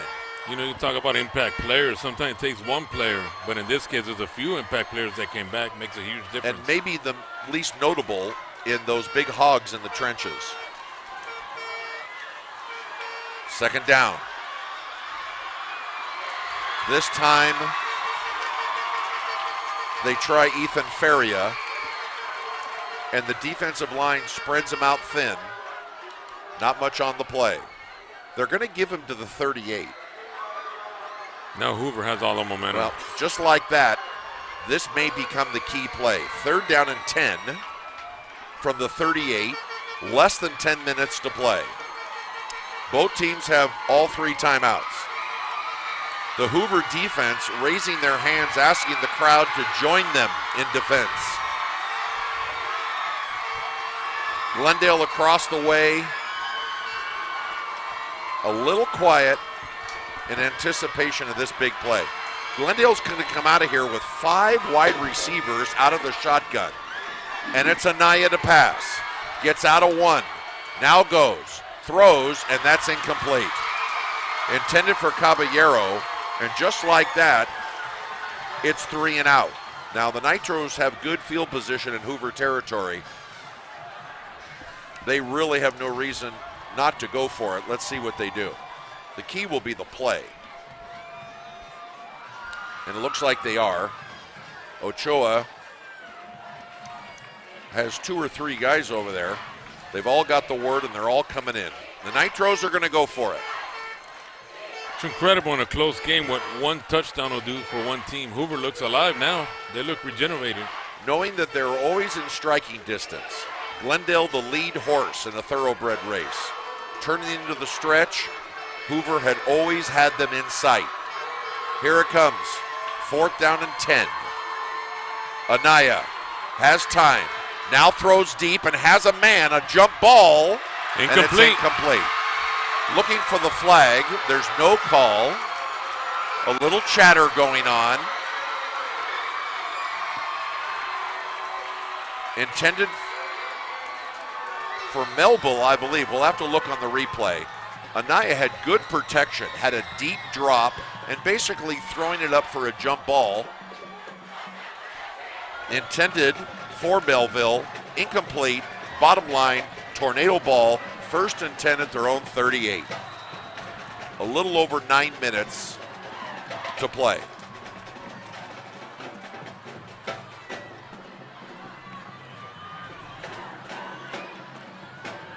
First down. Here comes Lynham. You can tell he just has the ability that if he gets a block or two, he could be long gone, Rick. Very explosive, very. We're going to keep an eye on the clock because the officials have certainly kept an eye on the scoreboard operator. The clock says 8:50 and running, and the officials keep it that way. 44-yard line. It's a gain of 6, 2nd down and 4. The game has not disappointed. Crowd's into it, players are into it. No, it's certainly not what appears to be USC and UCLA is going to be with a bunch of scoring, but everybody's into it. Straight ahead running. Close to the 1st down mark. We'll have to check for forward progress. It's getting a little chippy out there, Spiro. A little bit, just a little bit. Alejandro Maravilla on the stop for Glendale, and there is an injured Nitro on the play. Lynham carried.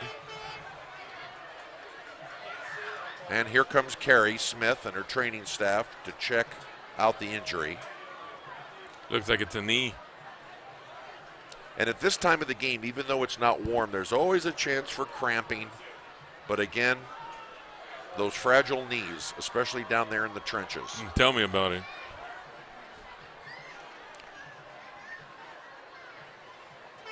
Seeing if he's okay, and it appears as if he is. 66, Alejandro Maravilla. A quick look at the great crowd here, including the Nitro band, the drill team, the color guard, literally standing room only.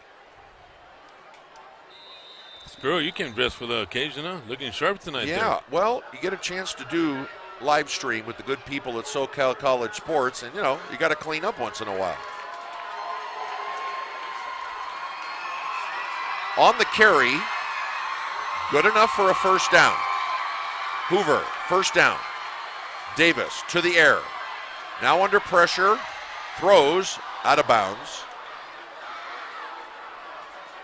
Higginbotham once again the intended receiver. Chino Alonso on the defense.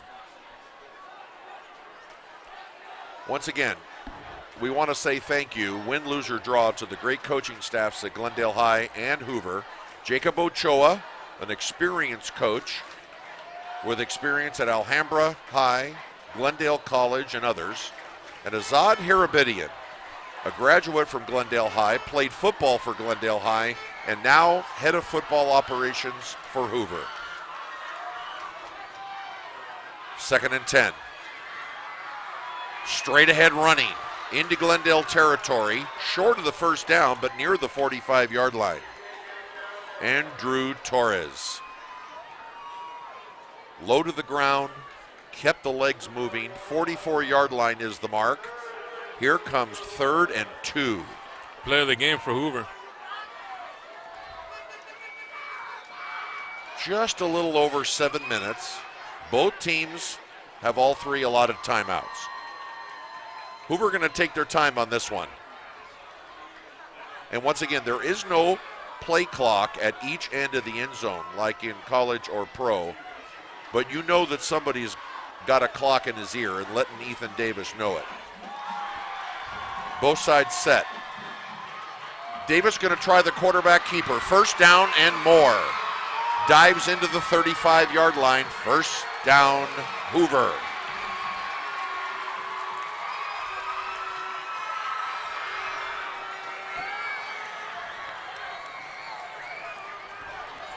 Avoids a tackler. What it is good enough for a tornado first down, Rick. What it is to be young, huh, Spiro? You know, all we get to say is that the older we get, the better we used to be. But these guys are living the dream here. It's Glendale Hoover, and they're going to remember this the rest of their lives. Davis works under center now to pass. Looking for that big strike. Once again, escapability. Throws, has a man.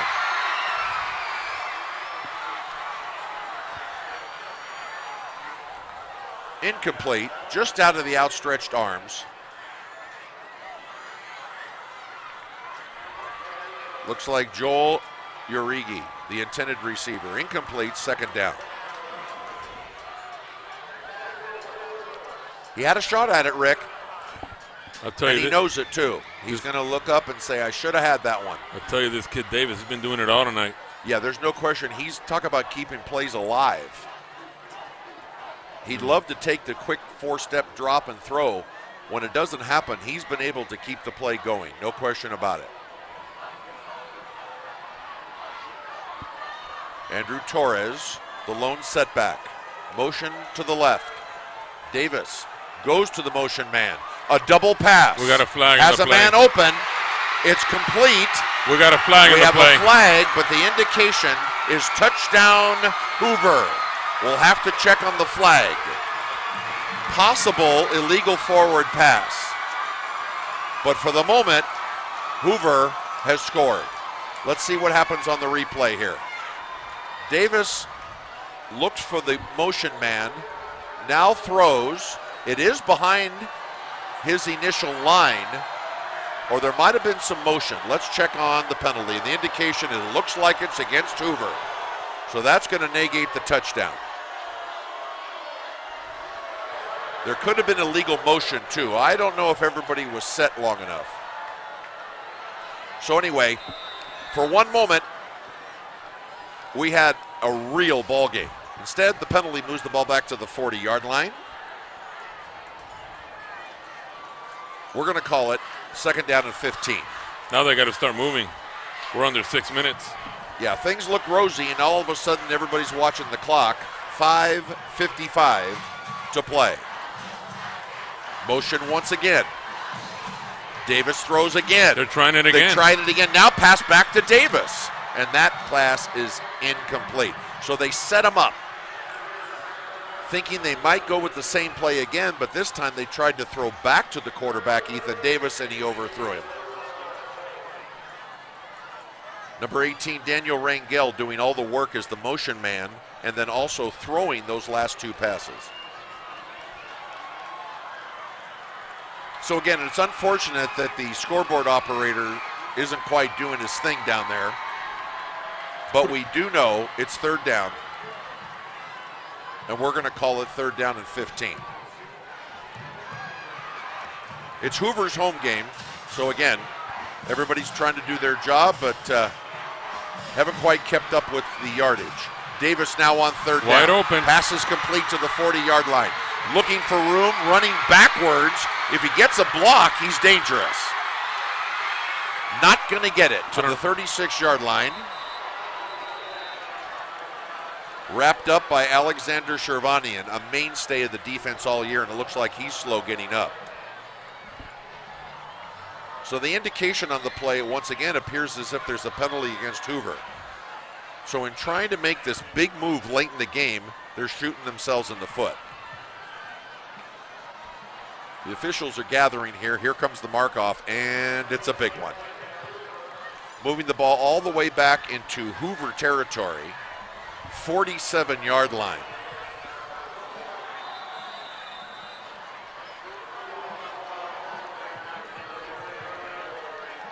I see it as 3rd down and 28.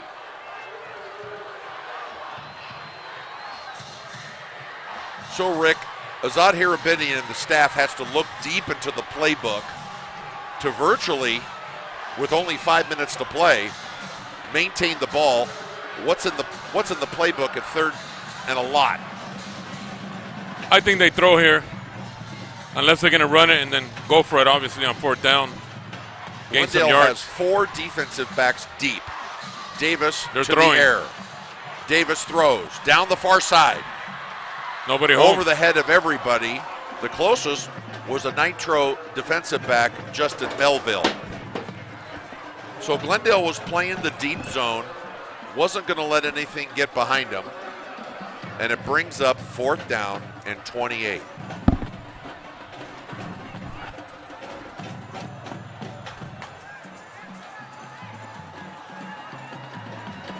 Now everybody watch out, because Hoover is in punt formation. 21, Marco Regoza, is back in punt formation. There are 3 short men. Can Hoover entrust that if they punt, they're going to get the ball back? The punt's straight away, takes a good Takes a Hoover bounce. Big bounce. Big Hoover bounce. And that's going to keep rolling as if the field is slanted. That's going to go near the 5-yard line, maybe the 6. Clock stops, 4:21 to play. Glendale 12, Hoover 7. Glendale needs ball control and to avoid a turnover. Hoover needs a turnover, and they need to get a 3-and-out. Once again, we also want to thank the athletic directors at Hoover High, the incomparable Jack Van Patten, who's been there forever through thick and thin over on the west side. And at Glendale, it's a joint effort. Narek Avidian and Tade Martirosyan.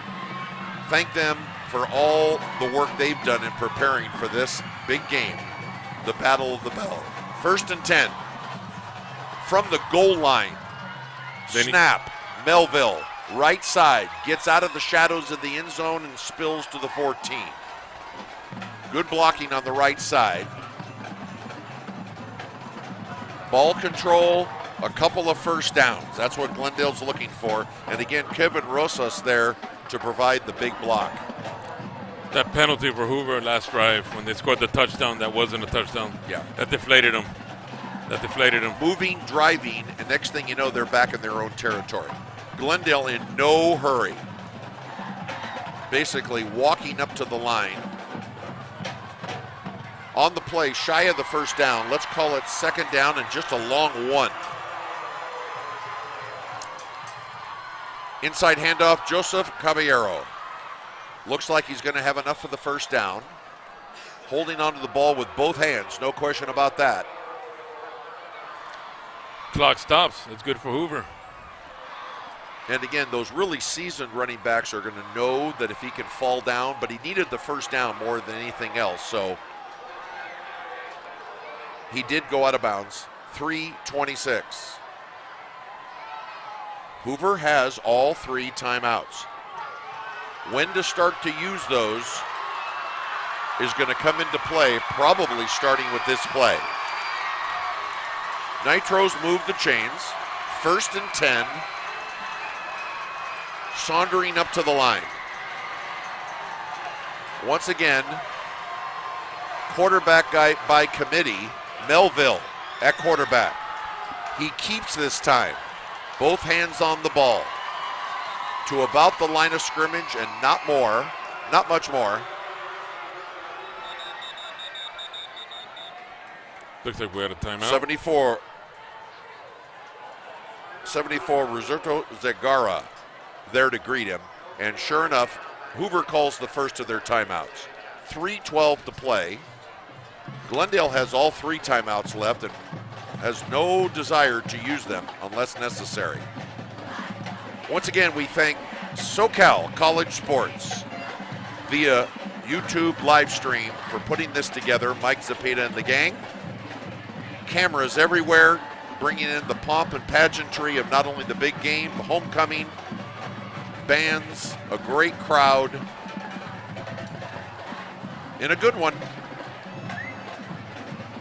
The final game of the season for both teams, both sides with their seniors playing in their final high school football game. Spiro, with 3 minutes left, I just want to say thank you. It's been a pleasure to share the booth with you tonight. It's been very exciting. Wouldn't want to have anybody else. There's even rivalry up in the booth. When you got a Nitro here and you a Hoover man. Yes, sir. We'll see how the next 3 minutes turn out. Now, officials stop play again, and the indication is against Glendale, and I think it's a legal substitution. Possibly I saw the delay hand again. go across the chest, and whatever it is, it's a 5-yard walk-off, something Glendale didn't need to do. So they're going to work a little farther back. Now 2nd down and 15. Still 3:12 to play. Committee, backfield. Good pursuit by the Hoover defense. Melville gets by one and actually makes something out of nothing and spills across the 15. 3 minutes to play. And the officials stop because Hoover wants to use their second timeout. He did a Houdini there, escaping. Wow. Actually could have been pivotal had they could have got that first. If we look at the replay, we could see who scoots in from Hoover that really could have made this dangerous. Also, we wanted during the timeout, in doing this and announcing for Glendale High for 37 years, we always like to thank the principals for this big game. Dr. Ben Wolf from Glendale, USC Trojan, running the show at Glendale. And at Hoover, Dr. Jennifer Earl, just spirit personified. Gone through some tough times with Hoover, has them back, rising. And let's take a look who scoots in there and had a chance. Wonderful. I'm telling you, Sakanian had a chance to possibly Just even missed him. change the whole game. Just missed him. Tough enough anyway. 38. Third down. A short 9. Anaya. Safe pass. Great stop. And the stop and wrap. Isaac Perez is going to give Hoover an opportunity. The clock stops. And it's going to bring up 4th down. There's a little gain on the play. No way they go for it here. From the 23-yard line. No way they go for it. Well, I'll tell you one thing. I don't think Glendale knows quite yet because they just haven't made the official move. It doesn't look like the punt team is on. They know that if they could secure a first down, it might help them go a long way to handling on this thing. But if they don't make it, Hoover would be absolutely in the garden seat. Oh, it's getting loud now. With only 23 yards to go. It's getting loud now, Spiro. Crowd's into it now. We look along the Hoover side. Everyone is standing.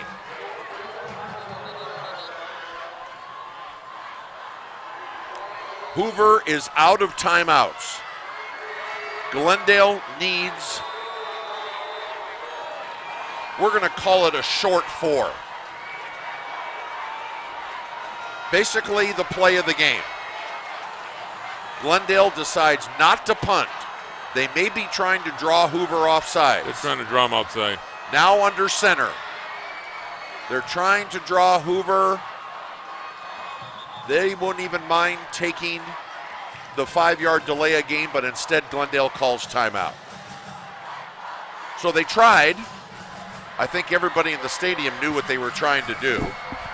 They don't draw the penalty. Now you got to think, Rick, they're going to go into punt formation. They have to. They have to, and they got to hold them. That's it. And Hoover's got to come out. Well, they got 2 minutes. You start practicing in the summer. You go through the fall practices in anticipation of your first game. And you know you practice punt formation as much as anything.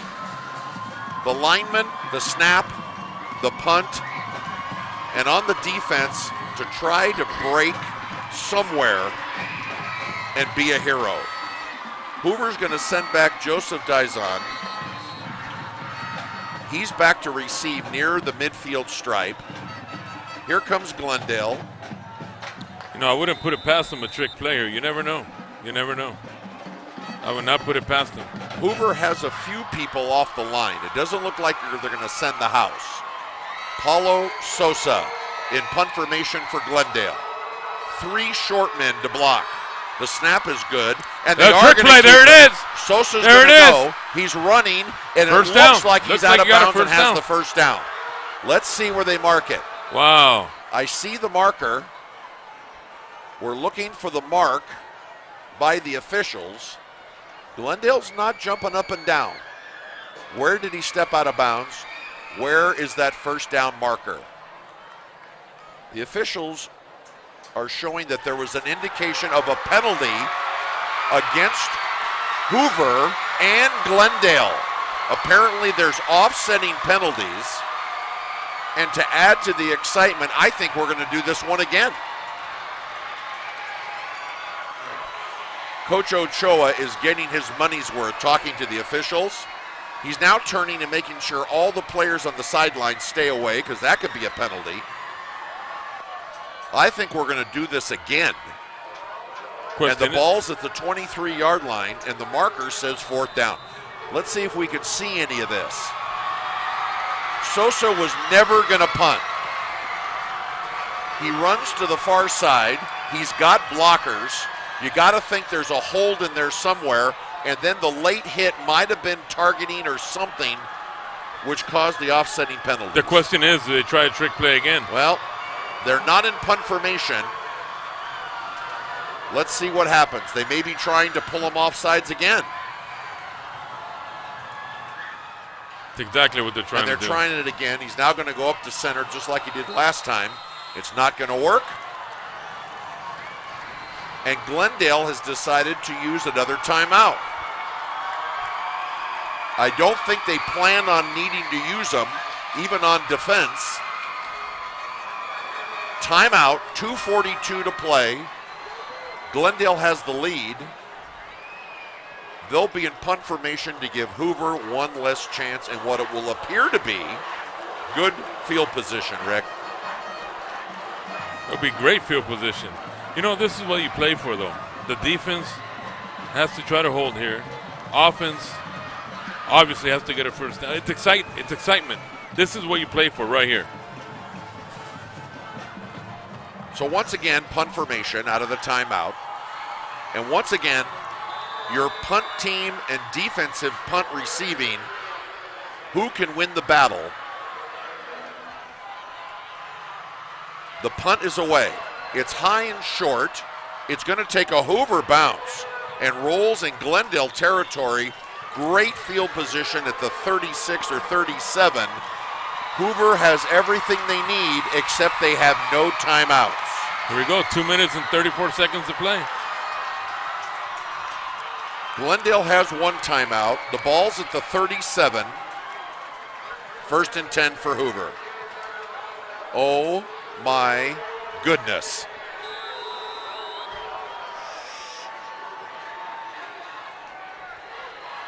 Ethan Davis has to be magical one more time. And again, it was good to see so many alumni here. Some were on the field, some in the stands, and they're reliving this great game, cheering on this version of the Glendale-Hoover rivalry. Davis, right to the air. Again, gets by the initial tack, now throws to the far side complete. 30, out of bounds near the first down marker. Joseph Dizon. And I apologize, it could be Dizon. Nonetheless, was wide open. Glendale looks like they're giving the short pass. 28-yard line is the mark. It's short of the first down. 2nd down and 1. And remember now, in high school, an automatic first down does not stop the clock temporarily. If you go out of bounds, clock stops. Stay in bounds, we're playing. Once again, Hoover, no timeouts. Ethan Davis managing the team tonight. Escapability, quick pass, complete by one tackler. 20. Higginbotham spills to the 11. The clock does stop.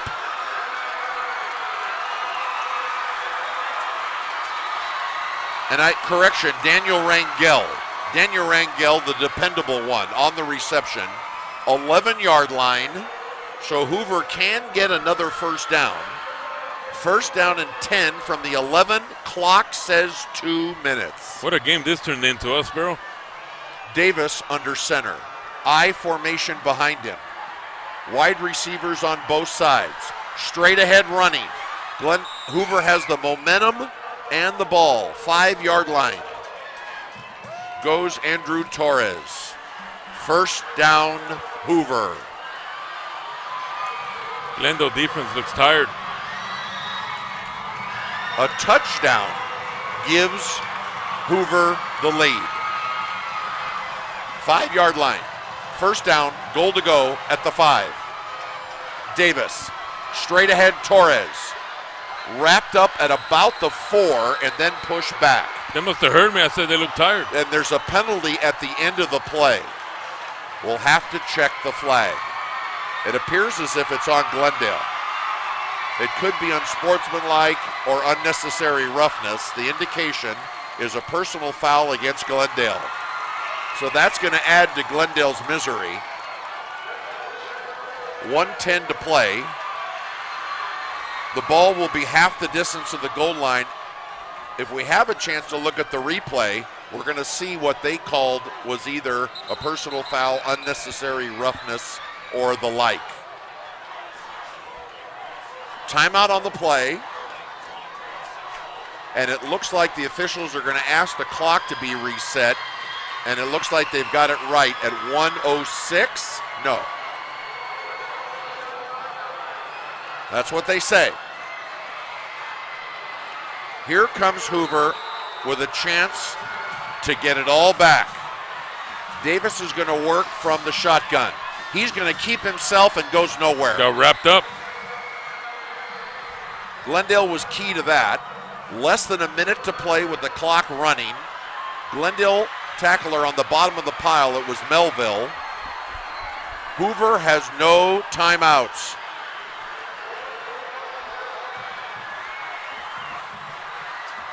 Handoff straight ahead. Plowing to about the 5. Andrew Torres, nothing there. Clock, the officials stop play. Hoover has no timeouts.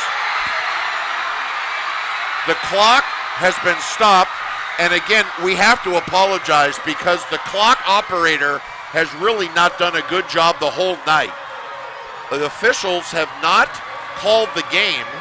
However, I think they're going to try to get an eye on how much play is actually left. So the forward progress has the ball at the 1-yard line, and they were able to get that secondary first down from the 11, and they've done it. So let's recap. Glendale 12, Hoover 7. Hoover has the ball on the Glendale 1. No timeouts for either team. First down, goal to go, 39 seconds to play.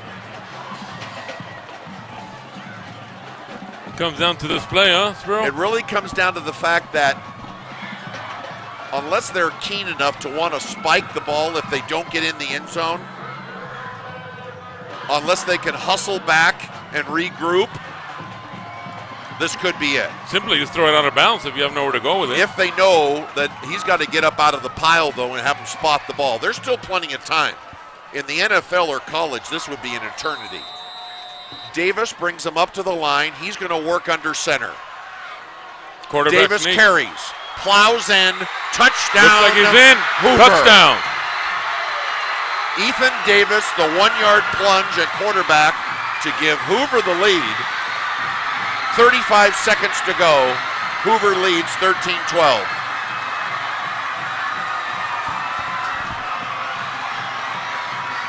Hoover crowd on their feet, cheering in delirium. Across the way, the Glendale stands literally full, dead silent. Davis on the replay just got behind the big horses and plowed his way through. We're going to single out Christian Geary with the key block up front. 35 seconds, extra point. Daniel Bam. Jesus Barraza Blocked. The plot is blocked. So that's not going to help. But the key was, without Glendale scoring anything on their two scores with any type of extra point or 2 point, the touchdown is enough to give Hoover the lead. Now here comes the kickoff. Glendale may wish they might have kept a couple of timeouts, but they were trying to gather themselves when they offensively had the ball. Now they wish they had one or two because they are going to get the ball. Oh my, just another great addition of Glendale Hoover. See what they can do in 35 seconds. So we got to hope that head coach Jacob Ochoa at Glendale and his offensive minds are drumming up what needs to be done when they come out. In theory, they have time for 3 plays. Depends on what they do with them. Oh, what a good one. We hope you're enjoying it here. Thanks to SoCal College Sports via YouTube live stream for those that couldn't make it tonight. Like you said at the start of the broadcast, records go out the window in this game. No, it just doesn't matter. Hoover's going to kick it off from their own 40. Glendale, 5 guys at the 50. The deep man is at the 22. The kick is a line drive that bounces, picked up at the 26. Melville. He's got a little room. Or it's Daniel Autry down the far side. He's got a little room. He's going to want to go as far as he can and then goes out of bounds or near out of bounds at the 31-yard line of Hoover. Still 22 seconds to play. Does it get any better than this, Sparrow? I mean, one of the great athletes on Glendale that everybody knows, Daniel Autry. For some reason, and we've seen this before, Hoover was susceptible to allowing runs to the side.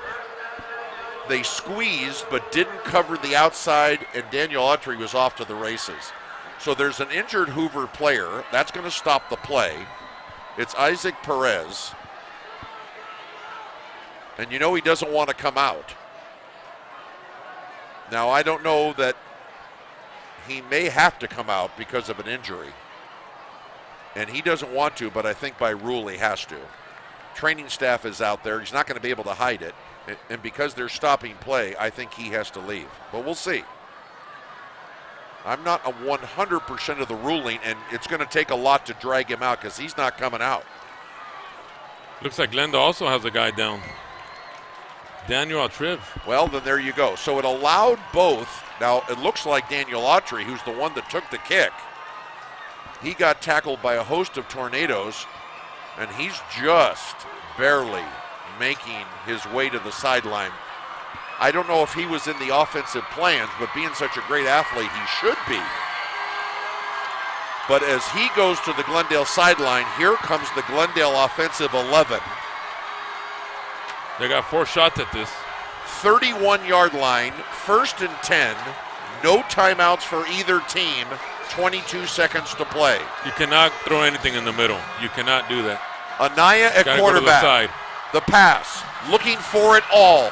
Jump ball, almost caught, almost intercepted, and off the fingertips, incomplete. Justin Melville actually had the best chance of it for Glendale. Let's look at the replay. Anaya had all the time in the world, prevent defense. Not the best throw, but virtually a jump ball.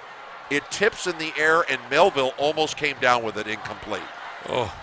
7 seconds went off the clock. 2nd down, 10 to go for Glendale. I think you got to go short pass here to the sidelines and get out of bounds quickly. Then one last play. Well, sophisticated offenses, they do this all the time. They'll take the yardage and step out of bounds. Glendale's offense is going to try 5 wide receivers, nobody in the backfield except for quarterback Anaya. He's back to pass. He throws short, and it's kicked and incomplete. Stops the clock. It does stop the clock. Now 11 seconds to play. There's an injured Nitro on the play, and this time it's quarterback Jonathan Anaya. Now, whether he thinks he's able to run the show, I don't know. So they'll have to bring another contestant to manage this third down. Once again, 31-yard line, 3rd down and 10 for Glendale. 11 seconds to play. Glendale trails 13-12, and neither team has a timeout. So this has to be a sophisticated play to get out of bounds or a Hail Mary into the end zone. Let's see who comes in at quarterback. What a great finish we got. As they come up to the line, once again, Justin Melville at quarterback. He'll work out of the shotgun with 5. Now he's a threat to run himself. Can they get another playoff after this? And before the snap, officials stop play, and the indication is delay of game against Glendale. No, that's not going to help. So that's not going to help. That's 5 yards. And 5 more yards to cover. And that's a shame because the quarterback, Jonathan Anaya, with his injury, it looks like they never got the play in, which is unfortunate. That's lack of communication on the part. And without that play clock staring in the quarterback's face, they just ran out of time. The scoreboard is wrong. 3rd down and 10. Melville gets by 1, avoids, now throws. Last play of the game. Jump ball. Caught! That's a 1, it looks. And ruled touchdown Glendale at the buzzer. Are you kidding me? Officials ruled touchdown the moment it was caught. I don't know where to even start. Officials running off the field. This game's over. Officials will not debate this. Touchdown Glendale, and with time actually on zeros, Melville throws into the touchdown. Another jump ball, and who else? Daniel Autry out jumps the entire defensive back of Hoover, ruled a touchdown as the forward progress spills into the end zone. Football fans, even the scoreboard has yet to count the touchdown. Wow, what a finish. It's official. Hoover, players on the ground, obviously shattered. And here comes the replay number 1. Melville, another jump ball. Autry, we know he's the best athlete, or one of the best. He jumped and out-jumped all 3 defensive backs. Autry comes down. Not necessarily, Rick, not necessarily in the end zone upon catching it. But we're going to look for the forward progress, even though he was tackled. We cut to Daniel Autry, who obviously is the happiest guy in the city of Glendale. We're going to eventually take another look at this. There are Hoover players in dismay. They're in disbelief. They can't believe that happened. Here it comes again. Now the jump ball is not even close to the end zone. Now once he has it at the 1, he's going to turn quickly and spills in, and the knee doesn't go down, and he's as in like Flynn. What a finish.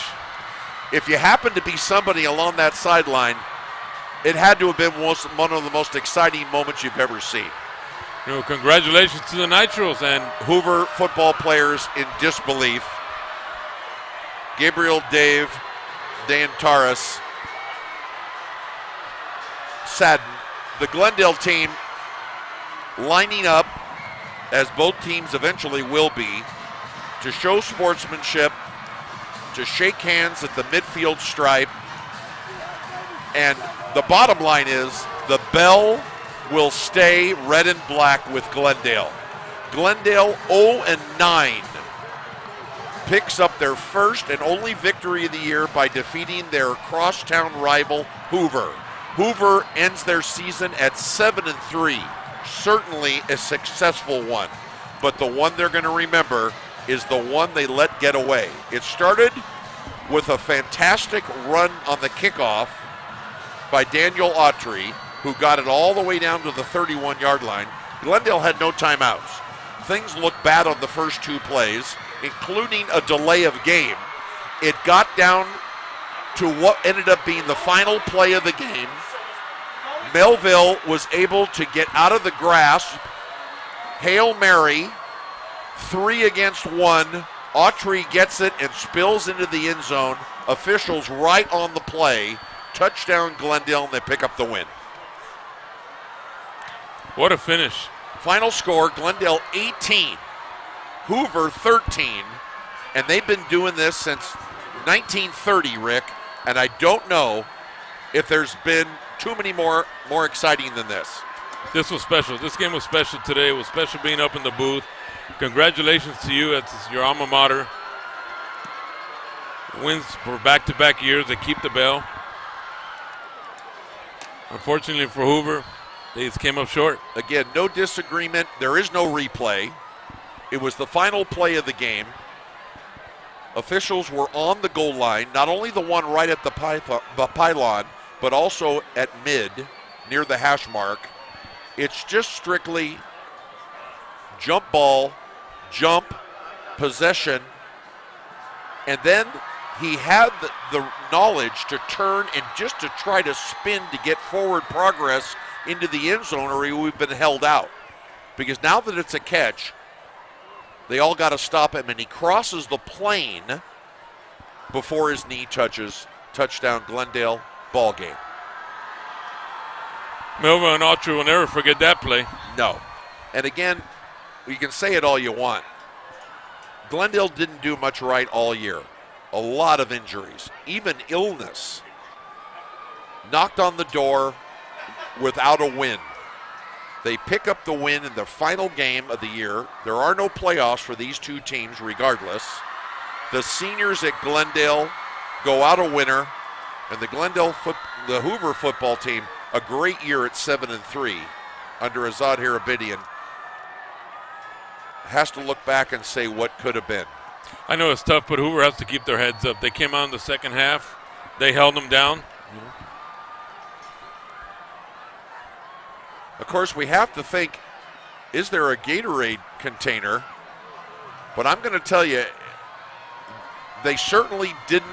Here's the replay. They got him. And it looks like they got him, because I'll tell you, they may not have practiced this because Glendale didn't have a win all year. But what a sweet one. Both teams now are at the opposite end zones. The coaching staff of Hoover trying to console the Tornadoes. No quit whatsoever. This was all Glendale in the first half. But Ethan Davis drove them down the field 2 times, did what they needed to do to take the lead, and said, if you're going to beat us, you're going to have to go the distance with no timeouts and 31 seconds to go. Glendale took advantage of a great kickoff on the kick and marched to the 31. Two bad plays. Now let's take a look at the scoring here. Here's Anaya, who has plenty of time. This is early in the game. Once again, a jump ball, and this time Melville's on the receiving end for the Glendale score. Extra point, no good. So let's take a look at this from the ground level. Anaya got good protection mostly all night.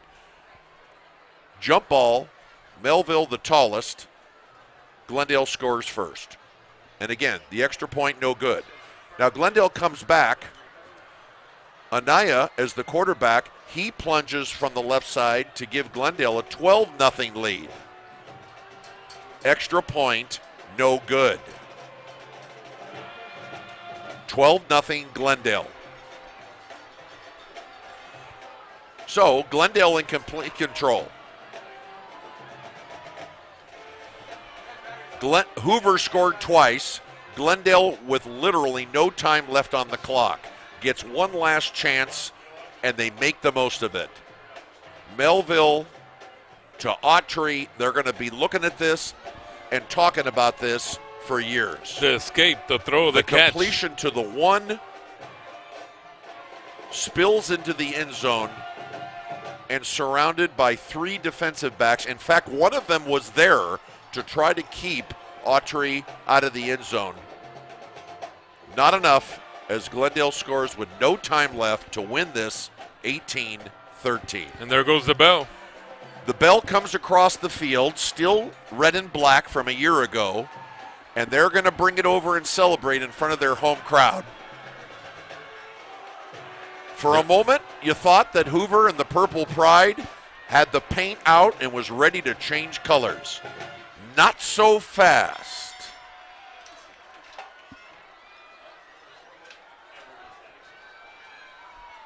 Right now, Jonathan Anaya, banged up, no question about it.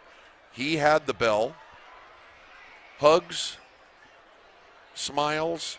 And the nice thing over there is that Hoover and Glendale players hugging, congratulating Ethan Davis, the quarterback at Hoover. Of course, these guys know each other. They probably played flag, Pop Warner, went against each other in other sports.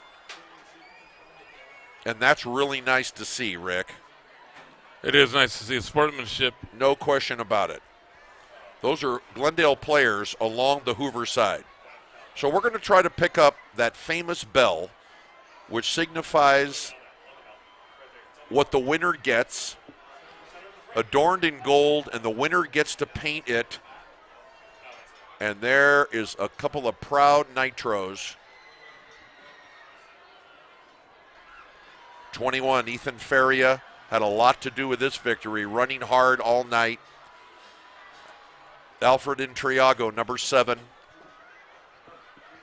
Family members coming over. Paulo Sosa, the kicker and punter, in the sweater. Family members, number 2, Joseph Caballero. And it's going over to going over to the visiting side, which is Glendale. So that the team most probably is going to take a team photo together with that thing. Also good to see Glendale's finest, Glendale Police Department there. A really controlled crowd tonight, to know, Rick, although it was packed. Very nice crowd, very controlled, very exciting crowd. You know, it's unfortunate somebody has to lose this game like this. No question about it.